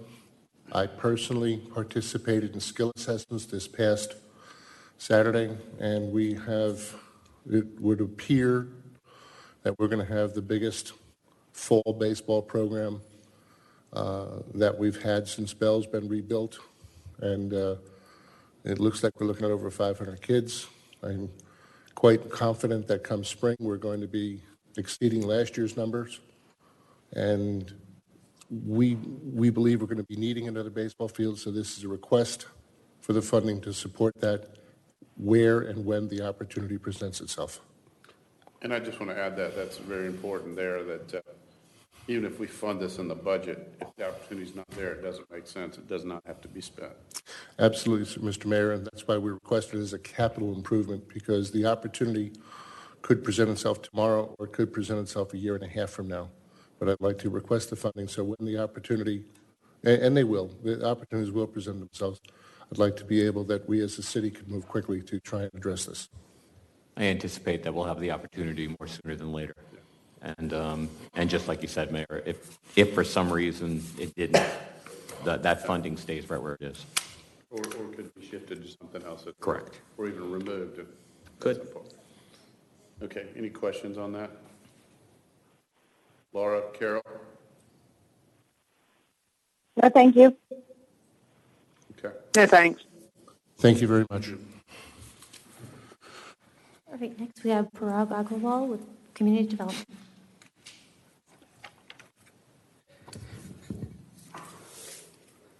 The city's comprehensive plan. Perhaps one of the most important projects which the city will be initiating in the next fiscal year is the rewrite of the city's comprehensive plan. As per the state's law, the city of Milton is required to adopt a new comprehensive plan by October of 2021. As we know, the city's first comprehensive plan was adopted in 2011, and it was updated in 2016. And as per the state law, there has to be a rewrite after every 10 years, with the update after every 5 years. As you know, the city's comprehensive plan puts together the vision of the overall development of the city and talks about issues such as land use, transportation, housing, environment, and how we can preserve and enhance the character and heritage of the city of Milton. We are planning to start the process later this year. We are expecting this process to be around 14 to 18 months long, and we are expecting that the city's comprehensive plan will be adopted in late spring or early summers of 2021. What I have heard last time when the city of Milton adopted its comprehensive plan in 2011, it was a 3-year project. So we are trying to, it was the first comprehensive plan, but we are trying to limit the time frame to around 14 to 16 months. Any questions? Any questions on the cost of comprehensive plan? Okay. The second initiative which I have is the refinement of the form-based code. As you know, the crabapple form-based code was adopted in June of 2012, and the Deerfield form-based code was adopted in 2013. So based on the experience now we have of several years, and based on the experience we have of various projects that have been constructed under these codes, there's a need to review and refine some sections of these codes to be in line with the recent studies that have been conducted by the city, and also to meet the expectations of the city residents. As you know, the city of Milton is also conducting an economic development study for the Deerfield corridor that's being done by RKG. And RKG also gave a very good presentation to the city council a couple of months back. Our department is also conducting a study to review our TDR programs, Transfer Development Rights programs. And these two studies are also making some very good recommendations of how we can refine our form-based codes. So staff is proposing to evaluate these codes and, if needed, make suitable amendments to be in line with the recommendations of these studies and the expectations of the Milton residents. Any questions? On-call planning services, consulting services as needed on needed basis to include but not limited to code revisions, zoning overlay districts, text amendments, site planning, and public outreach. So this will allow the department staff to complete various tasks and projects and work more efficiently. So if we are working on some specific project and there's a gap in staff skills, we can hire a professional to complete that task. So some of the examples, some of the project examples that come to my mind, like number one, a couple of months back when we discovered some mistakes in our historical zoning applications, I came in front of the city council and basically said that we want to be more proactive and we would like to have an audit of all the previous zoning applications. So that audit can be funded through this pool of money. The second example that come to my mind is like a couple of months back, I made a presentation in front of the city council talking about the development of overall Crabapple downtown. And as part of the presentation, I presented a 3D model of downtown Crabapple, and I also presented some renderings of the park that's being developed on Mayfield Road along with the lake. So we basically engaged the consultant for that 3D model and also for the rendering of that park. That helped to mitigate the concerns of the residents because they were very concerned that the city was draining the lake. So once they saw that rendering, they were able to say, okay, no, there will be a park that will be going in its place. The other thing which we were just talking today in the afternoon was like our department is working on a $3 million DNR grant application, and we need some environmental analysis and some transportation analysis. So it's basically filling the staff skill gaps that can be used for that pool of money.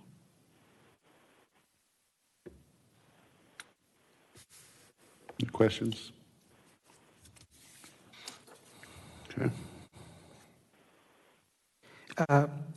The next initiative which I have, like in this year, our department is requesting to create a new position of a development review manager. As you know, the community development department is responsible for managing the overall development and land conservation activities of the city of Milton. And we have various groups, various sections like the planning and zoning that is responsible for maintaining the city's comprehensive plan, LCI plans, all the zoning activities. We have land disturbance group, land development group that is responsible for issuing land disturbance permits. They are responsible for plan reviews, issuing tree removal permits. And then we have a building permit section that is responsible for issuing the building permits and conducting building inspections. So when a development project goes through the city of Milton, you have to go through various stages of the development review process. But in the last 7 or 8 months, I have seen our development review operations are very disconnected and disjointed. And there's a need of promoting more coordination between the various operations.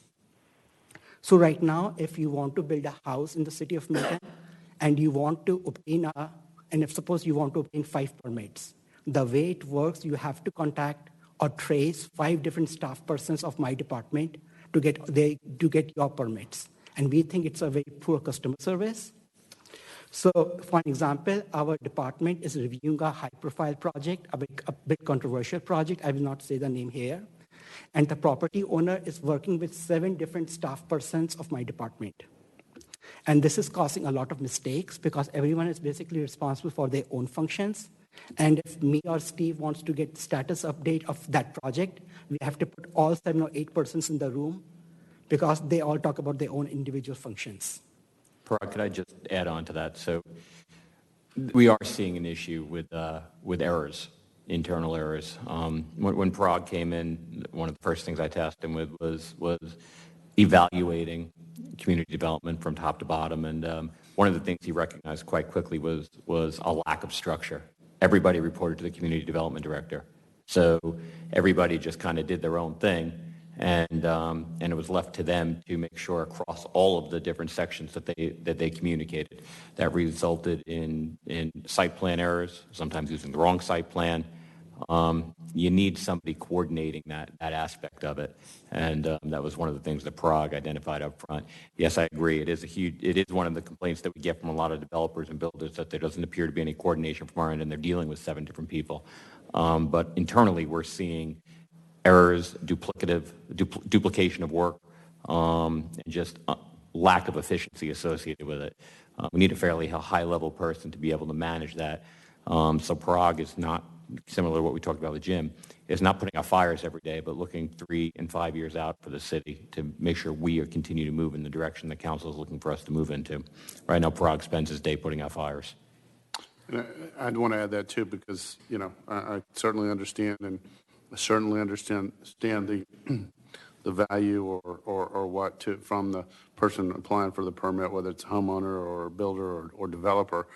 but I'd want to make sure that there's equal or more benefit to the citizens in the city, both with catching mistakes and making the process more efficient. So it's actually both less money for the city, long-term costs, but also benefits with catching things and overall better development, oversight on the city.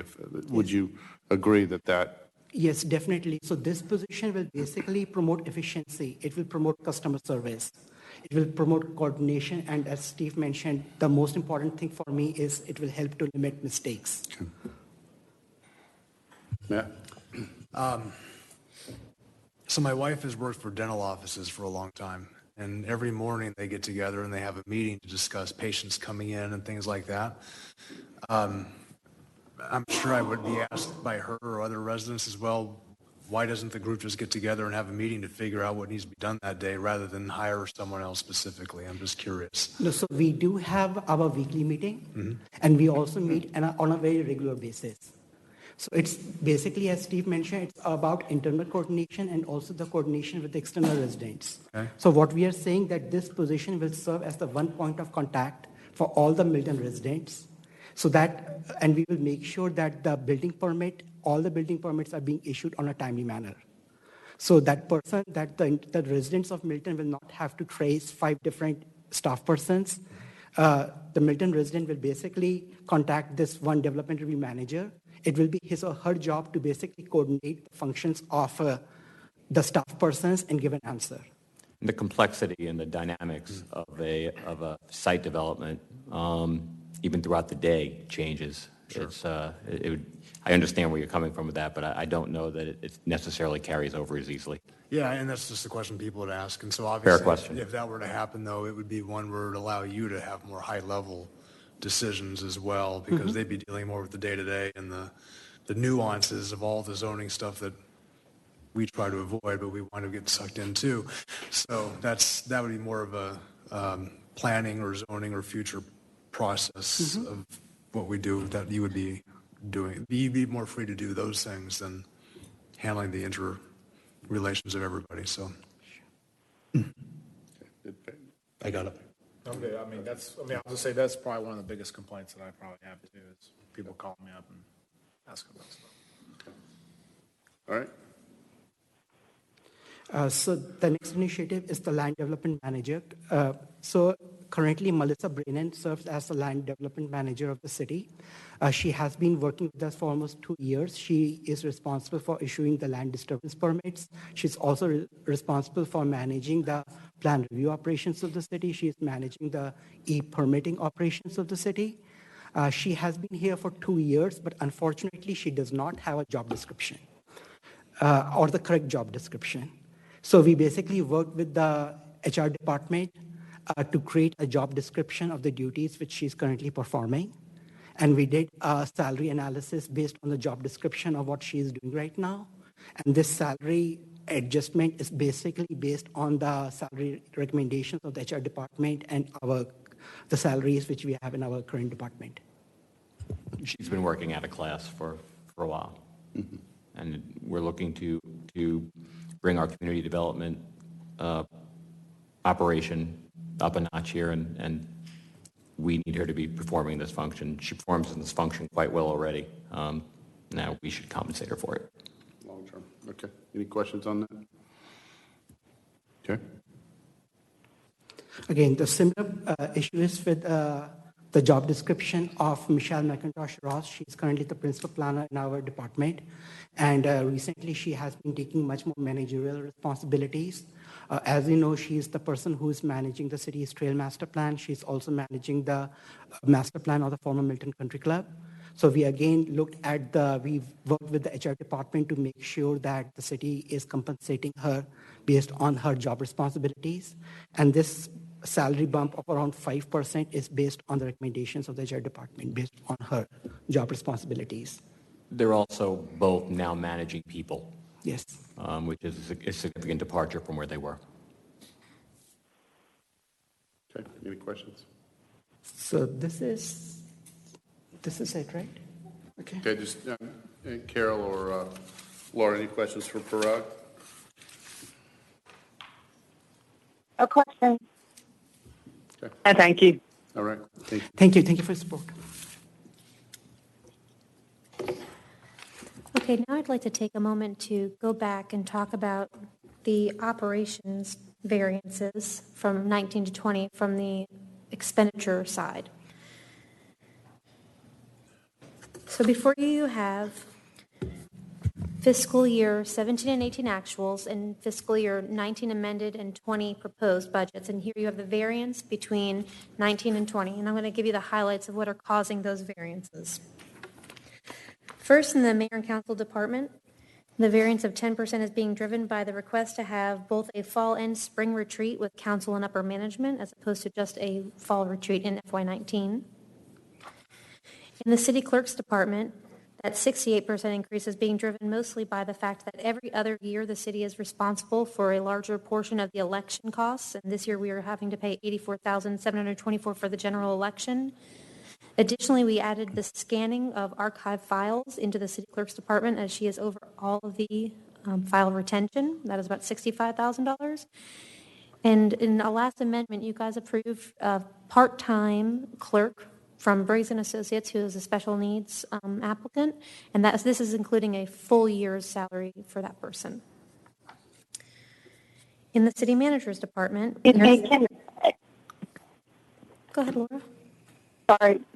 No, I just wanted, I'm sorry, I should have waited. I can wait until you're finished. Nope, go ahead. My bad. Go ahead, Laura. So I just, for the benefit of our citizens, can you just describe what our retreats include? And I just wanted to make sure that everyone understands, why we have them and the length and where they are, things like that. Thank you. I'd almost let Steve, Is that all right? Yeah, absolutely. So the retreat has many purposes. First, it brings council away from the day-to-day rigmarole of your actual lives and jobs because, let's face it, you all have to maintain a livelihood. So it does our best to kind of separate you from that and bring you into an environment where you all can discuss strategic objectives, long-term visioning, and things along those lines. What we're looking for, one of the things you're seeing here, is we are about to roll into a very important period for the City of Milton, our next strategic planning period and our comprehensive planning period. And I think our council members are going to need that opportunity more so than we've had, at least since I've been in this role, to be able to contemplate where you see the city going. And you're going to have more information at your fingertips to be able to start crafting and structuring how we're going to move forward in the strategic planning. Did I sufficiently answer that question? That's good. I just wanted to make sure that we were, it's not usually, it's something that we don't do. I don't think we did one last year, correct? We did not. We should have. I'll add, we're overdue, and also just for the public and new council members, we have been in the past very efficient, and I'm confident we will moving forward. Any retreat we do, we will spend the money very wisely. The majority of the cost is a professional moderator, and as well as staff. And as Steve said, it allows council to get together, take all the concerns and issues that they're hearing about and they see, and work together to come up with a long-term vision and prioritize the goals and whatnot moving forward. So it's very beneficial for the health of the city and for our citizens. But again, the majority of the cost is really in just the training. And again, the value in having professional training or moderators in those retreats is the knowledge that we all learn from someone that's out, all over the place in different cities and knows knows what's going on and can help make our time together more efficient and lead us to the right conclusions for the city. I would say, Mayor, that in the last several, I'm sorry, I apologize. The last several, they almost 100% of the costs have been associated with the facilitator and moderator and anybody that we have coming in to instruct. Right, and not that we need to make that comment, but I want to make that comment because I'm sure there's been other cities that have gone to Las Vegas or Hawaii or something for a retreat. And that's we usually use a rented boardroom for $50 or whatever, or even We actually get it gratis. the YMCA or whatever that's donated. So it's not that, and it's usually some cheap sandwiches for meals. So. Okay, that's exactly what I was asking because I haven't done one. So thank you. Okay, so I'll continue with the city manager's department. We're seeing a decrease in this department with the departure of our second assistant city manager. We will no longer be filling that position, and instead we have hired a public works director specifically, and you'll see the increase in that department correlating to moving the position over there. Additionally, we will not have a citizen survey in FY20, so that has caused a decrease as well. In general administration, we have recognized some areas where we could reduce budget lines and increase savings on supply purchases through contract opportunities and keeping an eye on supplies. So we have reduced there. In the finance department, that increase is driven by the approval of the full-time accounting manager position and the full year of funding for that position. In legal, we are actually seeing hoping for a decrease. In FY19, the city was part of a few large class action lawsuits that are not expected to occur in FY20. For information services, we have a couple of things going on. First, we have moved to a contract with a third-party consultant. That is causing a little bit of an increase as we implement the remainder of the Laserfish program. We also have a GIS analyst coming on full-time to join our current employee so we can have two strong in that area. We will also be looking to increase the IT manager's hours. As we have recognized some of the things we can be improving upon, he'll be in-house more often to be able to address those. Some of those increases are being offset by some decreases where we are allocating costs related to bandwidth and telephone lines to specific departments. So where you saw in the past, the fire department or some of the other facilities we have, their lines were in here, we're dispersing those to department specific now. In human resources, the majority of this increase is driven by the request for a 3% across-the-board market adjustment for all city staff. Other than that, the only real major variance we're seeing is a request for $3,000 for employee appreciation. Then we have risk management. We've looked hard at the trends of the costs and where our insurance costs are going, and we saw room for a reduction of the budget according to actuals we've been receiving. Next, we have general government buildings. We made a decision to remove Bethwell and Broadwell and move them back over to the active parks department. But that decrease is being offset by the increase of putting the phone lines for City Hall into this department from IT, as we just spoke about, and also looking to have some improvements over at the birdhouse, including exterior painting and a little bit of landscaping. And as we spoke about earlier in the revenue section, part of that will be offset by the $18,000 coming over from Capital Improvement Fund. In both communications and community outreach engagement, they do not really have a major variance other than the 3% across the board. Moving on to municipal court, police, and fire. These three departments will be moving into the new public safety complex on Highway 9 around September. All three departments have requests for abilities to do some of the furnishings, including artwork, some rugs, racks to hold some forms, things like that. So you'll see that throughout these three departments. In addition, in the police department, they are looking to expand the LPR fleet. That's your license plate reader fleet. They're going to attempt to add it into one more area of the city to see if that can have a greater impact. And then in public works, as we spoke about, you will see that we have the hiring of the new public works director and his salary for a full year. We've also, in FY19, transferred out some of the funding into community development for some of the plan review, and they're now asking for some of their funding to be returned to them for additional engineering services as needed. Additionally, the largest increase is being driven in public works by the right-of-way mowing contract. As you know, our current contractor stepped out and we had to replace them. The new contract is significantly more expensive than the original. Also looking to add $15,000 to do overhead trimming to keep some of the trees out of the view of the right-of-way. Also looking to add additional 2 times a month versus 1 time a month, mowings in areas where there are curb and gutter and beauty strips to keep those more refined. Now, you'll notice in the next area where we have Parks and Recreation active and then passive parks, in the FY19 amendment, we're going to talk about this as well. We're looking to separate out those passive and green spaces from the active areas so people can more readily be able to see how those are developing. We've also implemented line items specific to each park so we can better track what each facility is costing us. As I mentioned, we moved both Bethwell and Broadwell back over to the active Parks and Recreation Department. But you are seeing an overall decrease, and that is being mostly driven by the fact that the IGA with Alpharetta is halved for FY20. It's the last payment we will have to make regarding activities that continue through the end of the agreement. And then in the passive parks department, that is wholly the care for the newly purchased properties, including Birmingham Park. We moved Birmingham Park over there. As of right now, it is pretty passive, so we have moved that over to this department. We have Wood Road, the passive portion of the former Milton Country Club, Lackey Road, Belmont Farms, Wells, Webb, Hamby, all those types of properties will be maintained within this department. And as we spoke about earlier, about that $80,000 around in self-tower lease fees are going to offset that $137,000 in care. In community development, we have moved the arborist and plan review functions back into this department.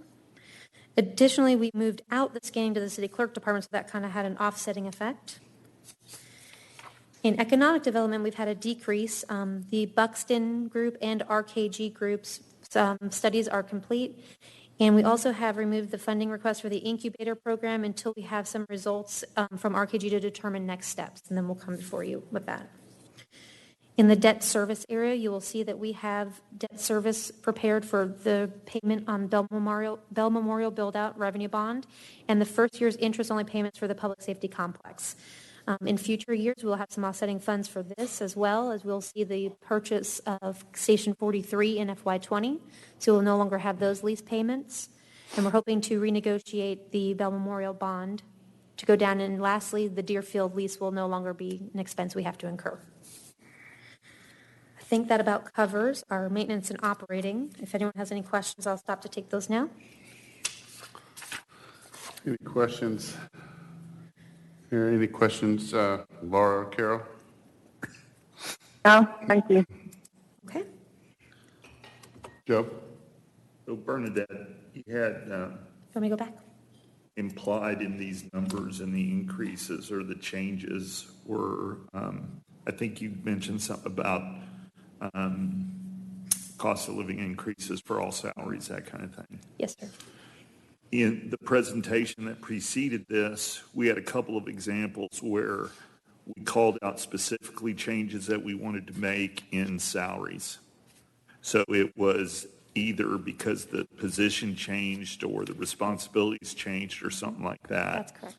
Is the practice that because we've done this all kinds of different ways over the past years, is what we're trying to focus on now, normal cost of living increases are just going to be part of this piece, and anything that would be outside of cost of living, we're going to call out as special. Is that correct? We found it to be a little more transparent to actually call out specifically any adjustments we want to do based on job descriptions, level of work that people are doing that maybe aren't being compensated, so everyone can see that clearly, and then just have the across the boards within the general fund operating. Okay. Can I just address one thing? It's not based on a cost of living increase. I couldn't come up with the words, no worries. the right words. It's a market adjustment. Even now, we're still falling in some areas, but annual performance reviews. Cost of living. It's not associated with that. Got it. A small percent of the cost of living increase. Guess it depends on where you live. Okay, so next I'd like to go through just fairly quickly touch on some of our special revenue funds. You can see in the special events budget, we are not anticipating really a change in the revenues received. We're expecting a slight increase for the expenditures going out. We're looking to utilize a third-party program to test run that in FY19 to help with Crabapple Fest. As you can see, they currently have a healthy fund balance to be able to do some of that from. I also have the event expenditures by event. So here we can see the bottom line of what it costs to put on Crabapple Fest and Carving and Crabapple. I'll go slowly. We have moved the literary festival. They currently are run by the authors, so the city no longer has to fund that program. They're here just for support. We have Veterans Day, and then the tree lighting was moved to combine with Christmas and Crabapple, so we didn't have to call that out separately as the tree is now in Crabapple. And there you can see the cost of Christmas and Crabapple. We have the ever-loved pancake breakfast with Santa at the fire department at Station 43, and that's what that bacon and pancakes cost. I was going to say the majority of that was bacon. Yes, it was. Never seen that much bacon. We have the Mayor's Run and Earth Day. Earth Day is now right here on the plaza. We have the spring events and Rockford Rescues. In FY 18 or 17, I believe that was still Hometown Jubilee, so we'll remove that extra coding once that year falls off the map. Memorial Day and the Summer Series. And then lastly, we have volunteer appreciation and other events. Other events is kind of where we keep a little bit of money to be able to approach events that come up that people bring up that sound like a great idea, and we can test run them, try them out, and see how they go before we create a whole separate array of line items for them. I believe the egg hunt was birthed out of that account, things like that. Next, we have the Hotel Motel Tax Fund, which is what goes to fund those events. It's through a transfer out. So this is just showing you that, again, in this department, no revenue increase anticipated, and that 100% of it will be going to Special Events Fund. We currently have a 3% hotel motel tax. We have our E911 fund. Currently, 100% of what we collect goes straight to City of Alpharetta to fund our portion of the E911 operations through them. We're anticipating an increase here as we've seen the Department of Revenue has started collecting the revenues directly and distributing them, so it's a little easier than us getting an array of payments from all different providers. So they're taking point on that, and we've been getting payments more regularly. So now I want to move into our Transportation Special Local Option Sales Tax Program. Worked with Sarah Leaders on developing the breakdown for this 5-year program. As you can see, I showed the activity of what we've had in 17 and 18, where our amended budget is for 19, the proposal for 20, and then the projections for 21 and 22 at this time. Those are subject to change depending upon actual collections and timing projects. And if anyone wants to talk about any of the specific projects, we have a breakdown of project by project, and we can kind of go through them just really quickly. We have a third-party management team that comes in and every year for about $125,000 a year, takes point on a lot of the management processes there and keeping the funding and making sure that everything's moving along with the programs. We have the project at Windward Parkway that we have some funding in but has not been started yet. We have SR 140 in green. So as we've been collecting revenues, we've been assigning them to these projects. They may or not have been started, as you can see. The Northeast Crabapple Connector.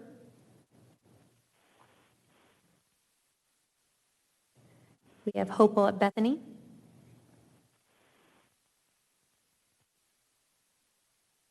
Freemanville in Birmingham.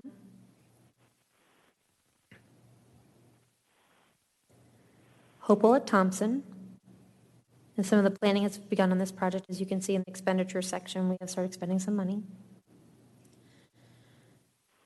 With the pedestrian improvements, we have those that are currently budgeted in this department, and you will see 2 projects over in the CIP, the Big Creek Greenway and the master plan for the trails.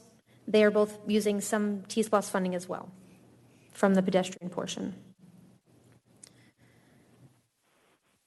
Then we have Hopewell at Hamby.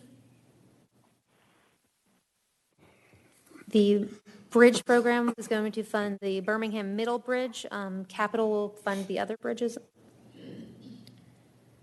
And then Morris Road widening, which phase 1 was underway, and there will be a phase 2, as you can see, coming online within a couple of years. So first was the roundabout, I believe. Next will be the widening. And then Bethany at Providence. So those are all the identified projects that were in the plan approved by the voters. There are additional plans, and if funding comes in, we will attack those. Next, we have our capital improvement plan. This spreadsheet is going to show you all the other funding for capital, including our transfers in from operating, as we talk about all the time. That's our PAYGO program. We have some T-SPLOST funding we just talked about from the pedestrian category, impact fees. We also have other funding such as grants and debt service. So this is an overall view of the 7-year project by those funding categories. So you can see all of our projects on the left, and then where the funding for the next 7 years will come from throughout the project. And on the far right, you can see if any are over or under in funding. So we'll scroll through this and kind of identify where we've talked about some of those longer-term projects that we currently don't have all the way funded, including some of the new master planned parks. One here we talked about was Big Creek Greenway. There's a slight disclaimer here. The $4,750,000 was the original estimate based on original projections. The project plan has changed. The current funding being requested will yield a new new plan to be able to determine if that 4.75 is actually the right number. So that may change. We have here the Mobile Traffic Control Center. That's an idea that Public Works has had, and we're waiting to make sure that we have the most accurate and up-to-date information regarding traffic signal technology to move forward on funding that project. Here we have Providence Park. We have the new plan that shows $6.6 million, and we are funding that through a PAYGO program, so that's going to extend past the 2026 timeline. Same thing with Birmingham Park and the former Milton Country Club passive park improvements. The other view that everyone really likes to see is that PAYGO program. So this is your 7 years spread out. Let's see if I can get the whole thing on here. Showing you each year what we are planning to put into the capital improvement plan from operating transfers, our PAYGO program. You'll see here the reduction that we talked about for the parcel alignment project. You'll also see the reduction we talked about for the birdhouse and the striping, sorry. So the bottom line here, we're looking at about $4 to $4.6 million annually going out to capital under our current 4.731 program. This is the area we've talked about the possibility of decreasing if we had a different millage rate or going with bonding. Now, that's a lot of projects. I don't know if you want to sit here and scroll. I don't want to have to make you scroll through them. But as you know, it's been a 7-year program. The majority of the projects have been continued for a long time now. So if you have any specific questions, I can answer any of those. Berta, could you just for the audience and the definition of PAYGO system or pay-as-you-go system? Yes, so it's kind of like we consider it like our savings account. So we talk about comparing it to your home budget to where you can either take a loan out to buy your car or you can save up until you have the money to buy your car and buy it outright and be done with it. So those are your two options. And PAYGO is your saving till you can afford. Bernadette, can I ask a question? Certainly. Were we able to utilize the PAYGO system when we purchased when we were offered the volume discount on the fire trucks? Do I remember that correctly? Yes, that does follow. Some cities do bond for all of their vehicles. We were able to, through having savings set aside, especially because we're saving for long-term projects, shift some of that to be able to afford the $90,000 savings on the 2 fire trucks, and then now we will shift back those savings to the project where we took it from in this year. So we saved $90,000 on that? Yes, ma'am. Because we had the money through the PAYGO system? Correct. If we didn't have money set aside, we either would have had to foregone other things to try to put together that money or not have gotten the deal. Okay, thank you. I understand. Thanks. Sure.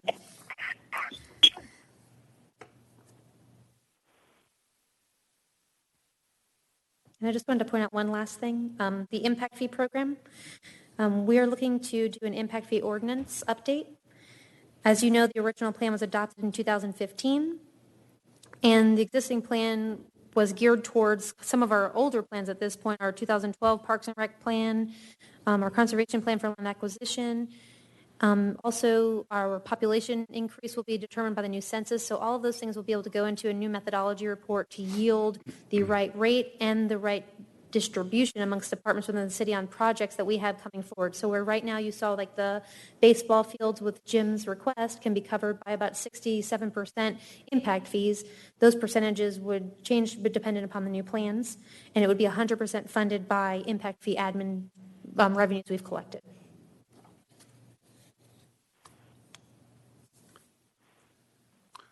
Any questions or comments?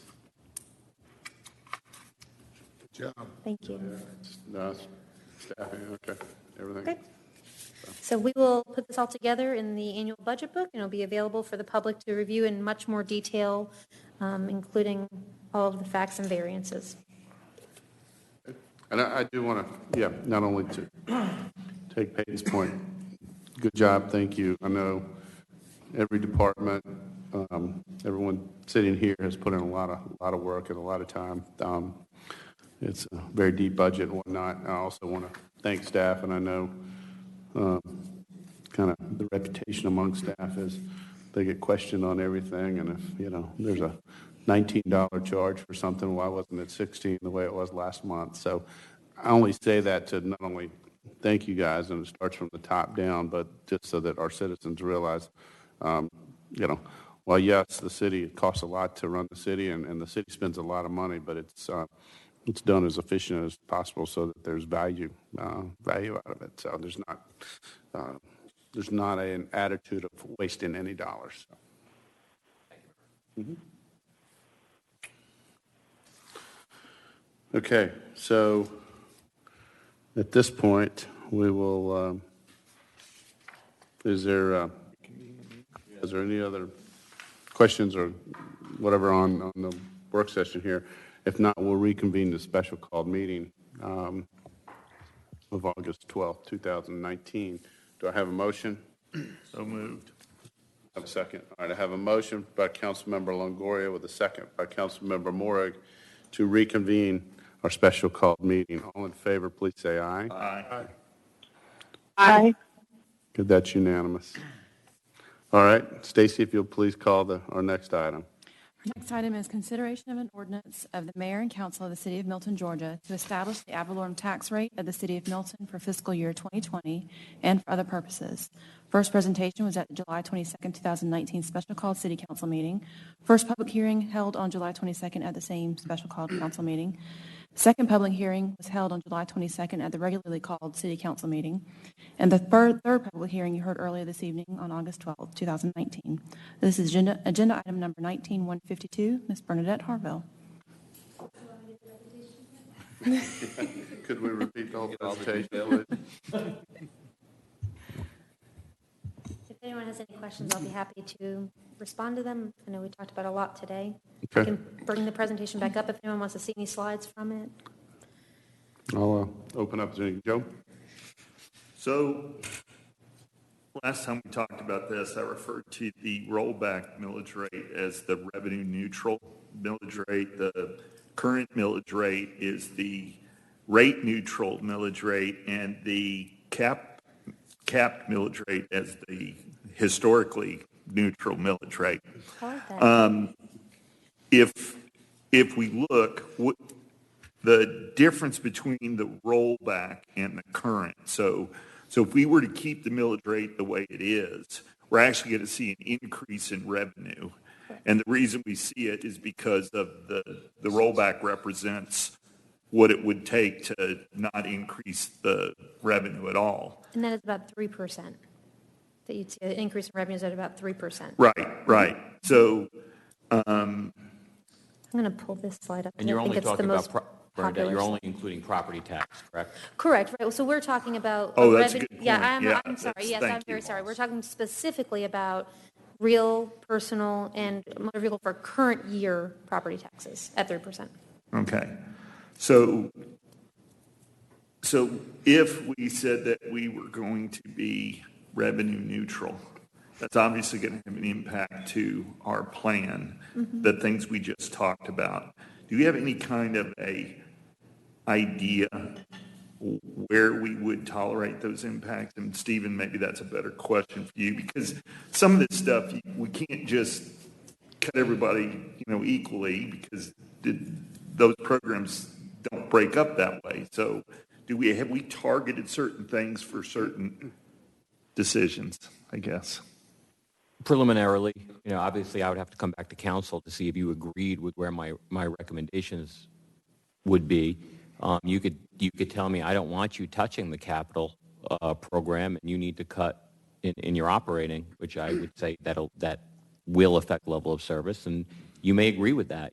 Maybe we are providing too high a level of service in some areas, and that comes off sounding weird, but maybe we don't need to be mowing as much as we are. There may be areas to draw back on. What I would likely say is look more towards the capital budget and just elongate some of the programs, the master plans that we'd be looking at instituting, or look for alternative funding sources for those. Right. But we are going to be looking, and Bernadette and I have had in-depth conversations about what we're going to be looking at in 2020 to see about creating or enhancing current revenues. But that would be the first place that I would be recommending, is extend the implementation of some of these plans. Okay, because when we made the decision last year to reduce our capped millage rate, the idea was that we were trying to take a change in overall taxation for our citizens into context and see what we could do to contribute to helping them manage the drastic shift we saw last year.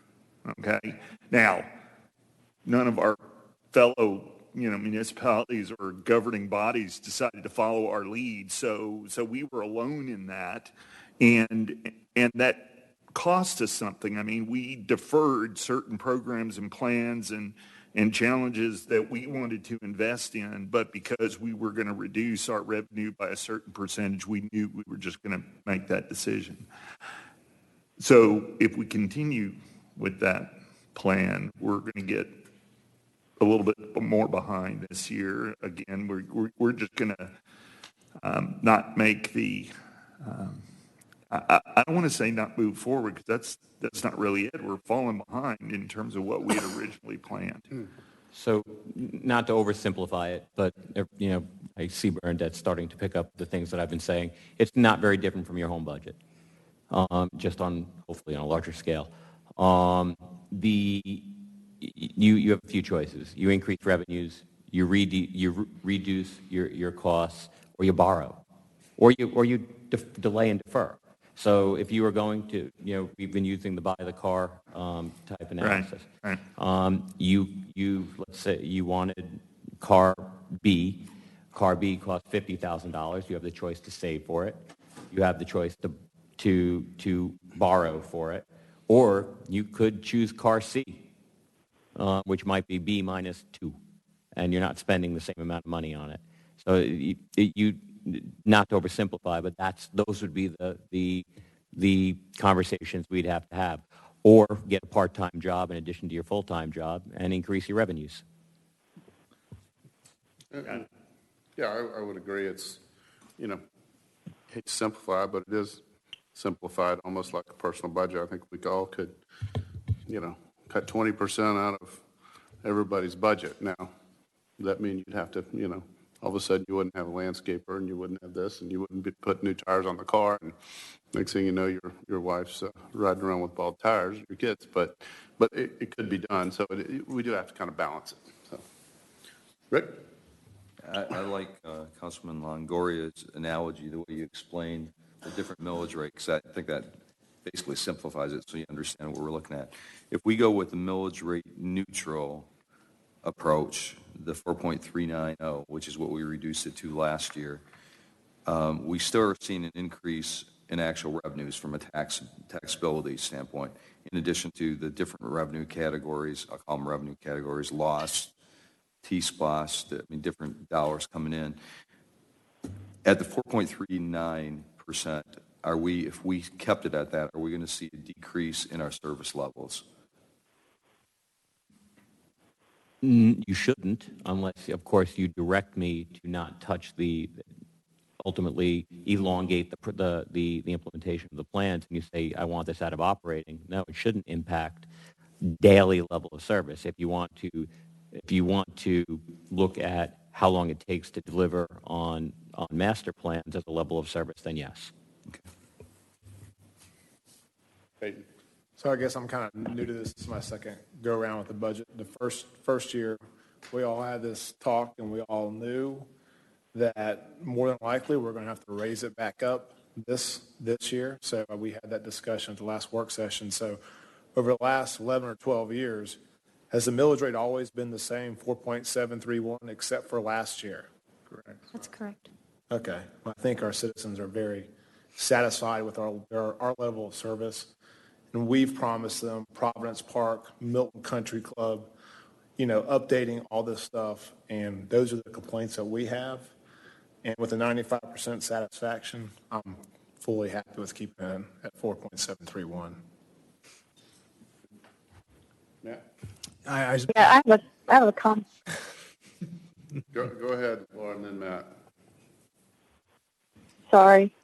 My comment is, for those on council that have been at this a lot longer than me, I just know that we put a lot of credibility in our PAYGO system and that operating transfer through all these years. I'm not comfortable changing that strategy that we've had for all these years. We're sitting in a building right now where you all are that is the product of our PAYGO system, and having that in our hip pocket is very important to me, and I'm not willing to compromise that. Okay, Matt?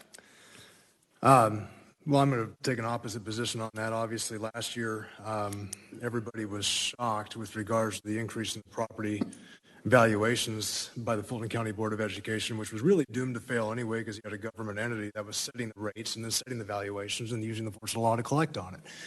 That's going to happen. So I'm glad the state legislature actually reduced the pain on that with the reducing valuations in 2016, 17, and 18 valuations this year. So we did know that taxes were going to increase last year. The interesting thing, though, is that the taxes increased at a substantial rate compared to other years, even though we still lowered the millage rate. And so it was going along at 1.5%, 2.5% every single year in property tax increases, and all of a sudden, boom, they got an increase of over 6%. I think it was 8% at one point. So right now, what we're looking at is if we go back, if we keep the millage rate the same, because we're valuing properties less, and by your estimation, only 50% of our residents are actually taking advantage of the homestead exemptions. You've got a lot of people that are still feeling the effect of the increase in taxation that's happened over the last year. And I'm not sitting there saying that we don't do a great job. Our staff has done a great job of putting this money together, and Bernadette, you've done a fantastic job in all of this. And you always know what you say because you say it so fast. It's always fun to listen to you. I thought I was going really slow tonight. You know your stuff, which is good, but you're, of course, just asking for things based on an assumption of the policy that the council is going to set. So the reality of scarce resources is that whatever we get is still at the expense of our taxpayers regardless. Right? Especially when it comes to property taxes, because that is a rule of law, forceful action that actually takes money away from people to provide for services that we think we know better that they should get. Now, the assumption that we've made on the local option sales taxes is relatively going to stay the same, even though we've shown increases of local option sales taxes since 2012. Granted, we had the negotiations that increased that substantially, which meant that we did have a revenue bond that allowed us to pay for some of the things we have in Bell Memorial and et cetera. We got it at great interest rates. And if we did have to go into debt, the interest rates again are so low right now. That's not something that would cause me any concern. It would be a situation where that we should know and recognize that we might be able to get revenue from other sources other than using the force of law to take it out of our taxpayers' pockets. So from that perspective, when we did the Green Space Bond Initiative, that was on a vote by the residents. 82% of the people voted to tax themselves for us to buy land, and according to the ballot measure, park improvements. Now, we may disagree about what that actually said or was intended, but I'm going to go back to the plain language principle that if it ever went to a court of law, it says specifically that a court's not going to want to get into the politics of what we decide here politically. They're going to go back to the plain language, which meant that whatever anybody saw on the ballot, parks improvements should be there. The point I'm making is that revenues can come from other sources to provide for the green space activity that we are doing here. So we don't have to raise taxpayer dollars and pull it out of people's pockets in order to continue to get our green space. We don't have to. Plus, then you got the active park area, which is what we have issues with too. And that's really interesting. Obviously, we've had issues with Bell Memorial. We've been trying to get that going. We have the MOU with Alpharetta. But then the next thing is we abandon that. Now that gives us $500,000 a year in active park revenue that we can use now to help catch up on the infrastructure that we don't currently have. So that, plus we've had revenue generation discussions with corporate sponsorships in the past that have kind of died off. We don't have those discussions anymore. We can probably find a way to get additional revenues as well without, again, having to raise the millage rate. So we have a millage rate where it is. We have residents that are still in turbulence with regards to what to expect. Even though we lowered the millage rate last year, everybody still took a hit with that as much as it is. And as far as the city goes, we're still involved in that process with them. Now, granted, we want to do the services where we are, but I think we're a year early to try to raise the rate to continue to increase property taxes on the residents in the city of Milton. I think that we need to keep the millage rate the same where it is. And hopefully, from the way the economy is going, that we continue to have an increase in local option sales tax, and that projection that you have of it being the same is wrong, and we still get another increase as far as that goes. Now, there's a whole lot of economic discussion there. That is not your job as an economist to determine where that's going to go. We understand that, but that is our job as council members to have the foresight to have a determination of what we really believe about that. And then when that revenue comes in, how do we decide to allocate that according to the budget that the staff has? So it's not a problem with the budget. I understand where you're going. It's a question of where we're getting the revenues from. And the reality is that we still have revenue from our citizens who are trying to still figure out the fluctuation in tax revenues. And we as a council, using the force of law, can determine that everybody should pay more, when the reality, I think, is that that money is best left in their own pockets right now until we know where this thing is going. I want to keep the millage rate the same. May I weigh in? Absolutely. Carol? Okay, thank you. It is. Thank you. I appreciate that, but with no crystal ball, I find a fair amount of that economic analysis unusual. I took a much simpler path and reached out to a lot of people and asked some fairly simple questions about, what do you think it ought to be? Here are your options. Here's what happens at this level, at this level, at this level. And overwhelmingly, people want what they want, and they're not willing to defer capital projects, especially the pent-up demand to have some of the parks of all types built out, just more general amenities. And there's been a steady drumbeat of that in my short time on council. Additionally, I don't think that we as a sitting body think we know better than the citizenry. I think that we get tremendous amount of input and we're put to work on behalf of the citizenry. So when I share my point of view that although there have been a few well-reasoned and well-written emails to the contrary about not raising this tax, which is it's raised a very small amount. I mean, let's not lose our frame of reference here. It's a very small jump back to what it had been for many, many years. Individually, it's not a lot of money, and I don't take anybody's increase lightly, but the aggregate is very helpful to build out for the greater good without having to defer. And deferral is often very problematic when there is no crystal ball. So I'm straightforward. I think that I would go with the 4.7 and feel confident that that would help us deliver on what we have seen so many people ask for in recent months. Thank you. Okay, thank you. Anybody else? Joe? So Bernadette, sorry to get you back up there. So we operate under some pretty strict rules. I mean, the reason we have a budget, the reason we vote on a budget and pass a budget is to guide the city in terms of where they can or can't spend money, right? Oh, that's all you. Right. And so if we were to receive revenue, unexpected revenue, whether that's some fluke and we collect more property taxes than we had originally estimated, which we've seen in the past, even though we sometimes expect that everybody pays their property tax bill, that doesn't always happen.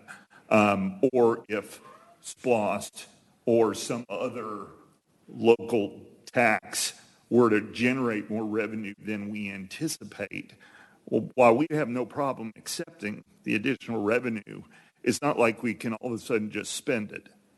See for that too. Right. So our policy for that indicates that it has to be on one-time, non-recurring projects. So that's where we utilize those abilities to receive additional revenues beyond our conservative budgeting, which is also required by ordinance, to put them towards our capital projects. So you'll see in the FY19 amendment, we have a healthy amount transferring out from the ability of us to have saved during that FY18 fiscal year where we're rebuilding our fund balance, and it's all going towards these projects. So we talk about one-time, non-recurring. Okay, so we've got some controls in place, was going to be my point, to ensure that any unanticipated change in our revenue on the positive side is managed in an appropriate way. Yes, finance loves rules. Yes, I agree. Okay, anybody else, Rick? Yeah, just to be clear, I guess where I stand, when you look at all the different things that are out there, I'm still in favor of keeping the millage rate at 4.390. So where would you cut? And how would you tell those citizens? I'm just curious. I mean, both. Well, I mean, I said it earlier, we can get it from other revenue sources. Like corporate sponsorships? Well, corporate sponsorships is one, which is an avenue. Matt, I was kind of being facetious. I'm not being facetious. That's something we were discussing prior that actually has an opportunity for us. So, I'm sorry, and then go ahead. Okay. Rick, I think you have a question. I think it's Peyton. It's not necessarily just where you cut. If you go through all the projects, my biggest thing is I guess along with what Matt is saying is, am I going to continue to tax people, take the dollars? We have choices to make. When I look at the budget, there are things that are flexible as far as what we want to spend it on. We're just assuming that we won't be able to. That's why I asked, what about level of service? Are we going to have negative impact on level of service? We're adding different positions. We're adding different things. There's a whole list of things that were built into it. And I know, again, this is not anything negative from my view on staff as far as the way they look at it. I'm just saying I think we all have to look at how we spend our money, what we want to spend it on.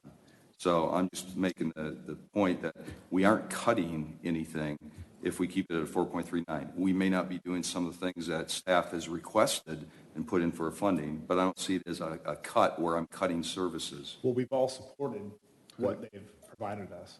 So, in theory, we're kind of going back on what we've told staff, just in my opinion. Okay, Joe? Well, I would actually make it, Carol? sorry, I was just going to say, I would actually make it more, Go ahead, Carol. Carol? okay, thank you. No, I would actually make it more broad than that. It's not just what we've instructed staff. I feel like it's very much what people have instructed us. I mean, it's a big list that we have to fulfill, and we can stay on course with that.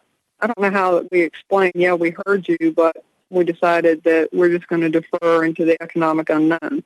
That just makes no sense to me. When we have an opportunity with a relatively small increase, which in its aggregate will get the job done, it just doesn't feel responsible to me. With all due respect to differences of opinions, truly, I'm not there, and I'm sorry about that, but I'm on location. But I don't see how we do that to people at this point in time with this very modest request where we have this opportunity to take these projects home. Okay. Joe? Yeah, I'd like to say also, I agree with Carol. I'm not, well, as far as I'm concerned, service quality, and that includes Providence Park and getting that park open. It's open, but the improvements to it, and I consider deferring these capital projects. I mean, that's going to cost us money in the long run. So I think keeping our millage rate where we've always had it and wisely using those funds as we always have done. We talked about this last year. It served our city well, and that's where I'm at. Okay. Joe? So Bernadette, real quick, make sure I understood this right. Our potential revenue from property taxes and our anticipated revenue are two different numbers. You had calculated historically, here's what we collect in terms of percentage. And so regardless of what the potential tax is based on the property valuations and our millage rate, there's actually about $500,000 difference between what it could be and what we expect to collect. Is that right? We'll collect the remainder in like the future Right. years. So you'll see that in the Somebody prior sells year their line property items. or something, they got to Well, come clean. We'll also, some people just pay a little bit later than others. Okay. So you see that in the prior year collection. So historically, it's been at that 95% rate. Right. So, but the reason I called it the historically neutral millage rate is because we have something written into our charter that does not allow us to change our millage rate unless the citizenry votes on that in a public election. I mean, we as a council can't change it. Right. So if we have another We can't raise it, I should say. Right. Lower. And to be a little bit more specific, what it says is that the millage rate can't be above the 4.731. So that's the limit. Right. So So when we pushed it down, what we were actually doing was saying, hey, look, we're trying to provide some relief because of the change in property valuation. The other thing, though, is that while we've kept it the same for the past 11 years, or 11 out of 12 years it was the same, we weren't doing what other municipalities were doing or what other taxing authorities were doing, and that is using both knobs in the equation to manage the revenue that they were going to realize. Because most people, they change the valuation of the property and they change the millage rate, or they can, and that really, sort of has the double whammy. But I guess my point is, it's not like we've been going crazy with our millage rate. It's been the same thing since the city started.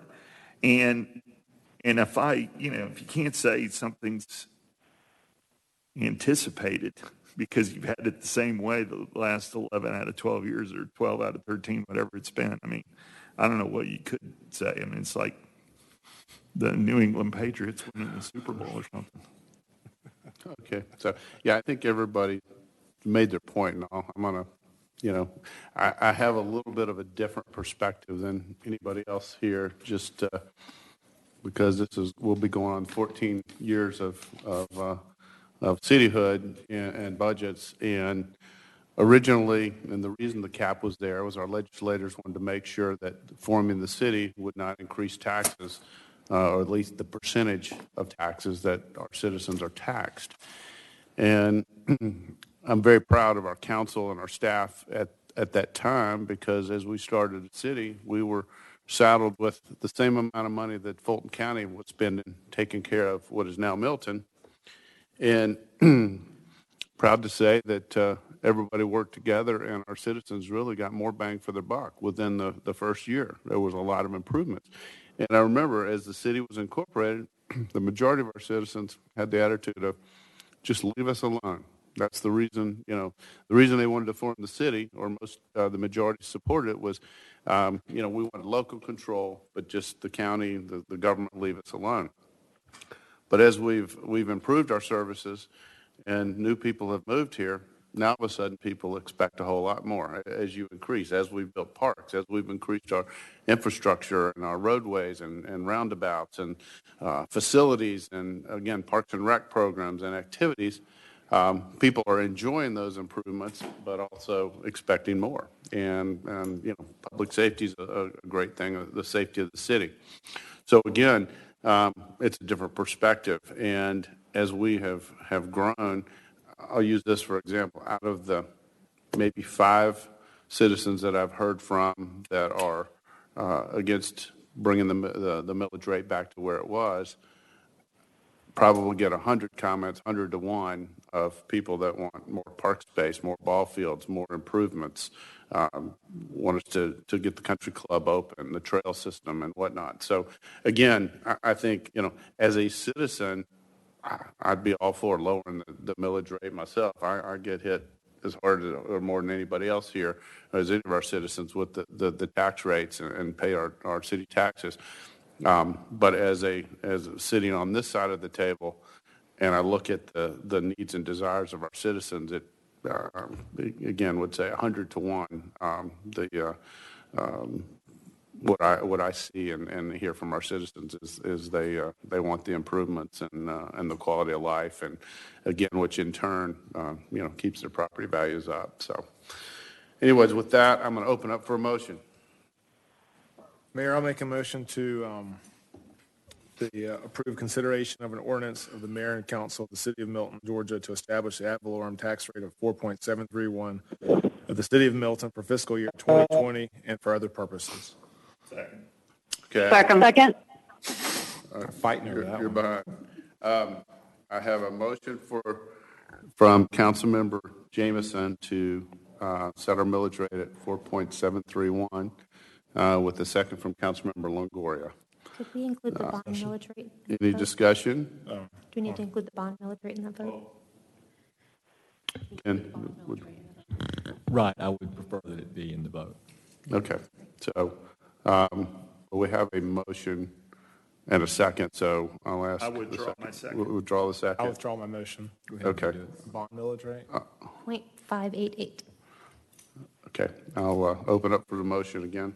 Mayor, I'll make a motion to approve the consideration of an ordinance of the mayor and council of the city of Milton, Georgia, to establish the ad valorem tax rate of the city of Milton for 4.731 and the green space bond millage rate of 5.88 for fiscal year 2020 and for other purposes. Sorry, it's 0.588. Did I say 0.588?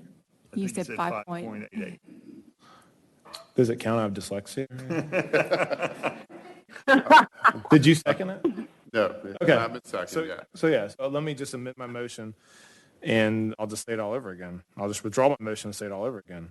Consideration of an ordinance of the mayor and council of the city of Milton, Georgia, to establish the ad valorem tax rate of 4.731 of the city of Milton and the green space bond of 0.588 for fiscal year 2020 and for other purposes. Is that right? okay? Okay, I'll second that. I'm done with these motions. All right. I'm done. All I've right, been quiet. I have a motion as read by Councilmember Jameson and a second by Councilmember Longoria. And now I'll open up for any discussion. Matt? Yeah, discussion.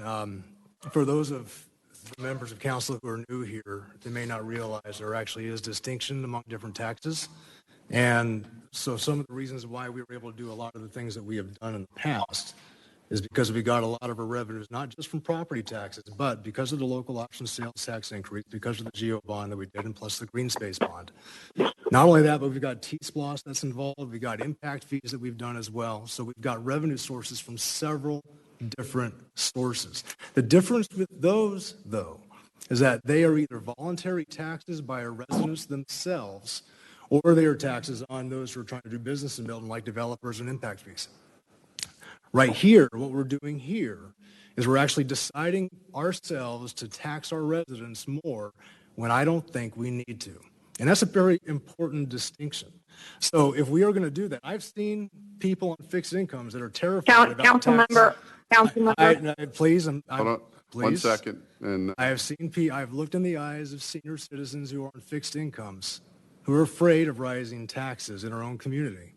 And I've seen that, and because of that, that affected me deeply, and know that we have an obligation to try to keep our property taxes low from that perspective. There are other revenue sources that can achieve the level of service that everybody wants to maintain. and we're doing that. So that debate is out there, and it still exists. I appreciate the motion, and now we can go ahead and vote or continue discussion. Okay, no, Councilmember Scutz. I have a comment. Hold on one second. I think you're very clear in your position. Was that Carol on the line or Laura that wanted to make No, a comment? that's okay. No. I Please have a yield to comment. Laura. This is Thank you. Laura. Yeah, no, I'll just go back to this council, prior council, 4 of you are still on council, kept this rate at 4.7 for every year that we've been a city except for one, and that was last year. So I don't understand what's changed. I understand the tax structure, so I fully support returning to the millage rate that our citizens expect in the services that we have committed to provide. Okay. Anybody else? Hey, can I make a comment, please? Yes, go ahead, Carol. So, and Matt, with all due respect, since your comments were also very directly aimed at me because I am new, but I actually don't need to be schooled on taxation. But I might add that some of this is political. I mean, we all who are most likely going to be on council have to interact with people in the future who have expectations and who have implored us to get these things done. And you've made a decision not to be on council. And that is the difference. It's easier to bring taxes down when you're walking out the door. So I am very confident that this is the right move. Okay. Well, it's a wild moment. Thank you. Mr. Mayor, before you take a vote, we just want a point of order before you get ready to vote. Say that again, Ken. I'd like to address a point of order with you before you're ready to take Okay. the vote. All right. Now I'll close out the discussion and, respect everybody's position and points on this. So thank you all for that. Ken, go ahead.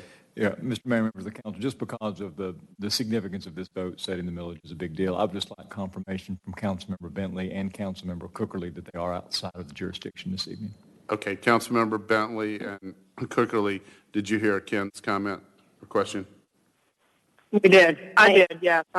So the question is Significantly to outside. confirm. The question is confirm that you are outside of the jurisdiction, Outside the city jurisdictional limits limits of the city of Milton. Can you? Absolutely. I am in Thank you. Lakeport, North Carolina.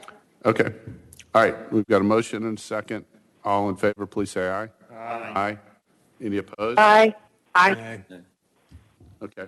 So did you get that, Stacey? I think with Councilmember Morrig and Kuntz in opposition. So Okay. that passes 5-2. Correct. Okay. That'll conclude this meeting. Do I have a motion to adjourn? So moved. I have a second? I have a motion and a second to adjourn. All in favor, please say aye. Aye. Aye. That's unanimous. Thank you.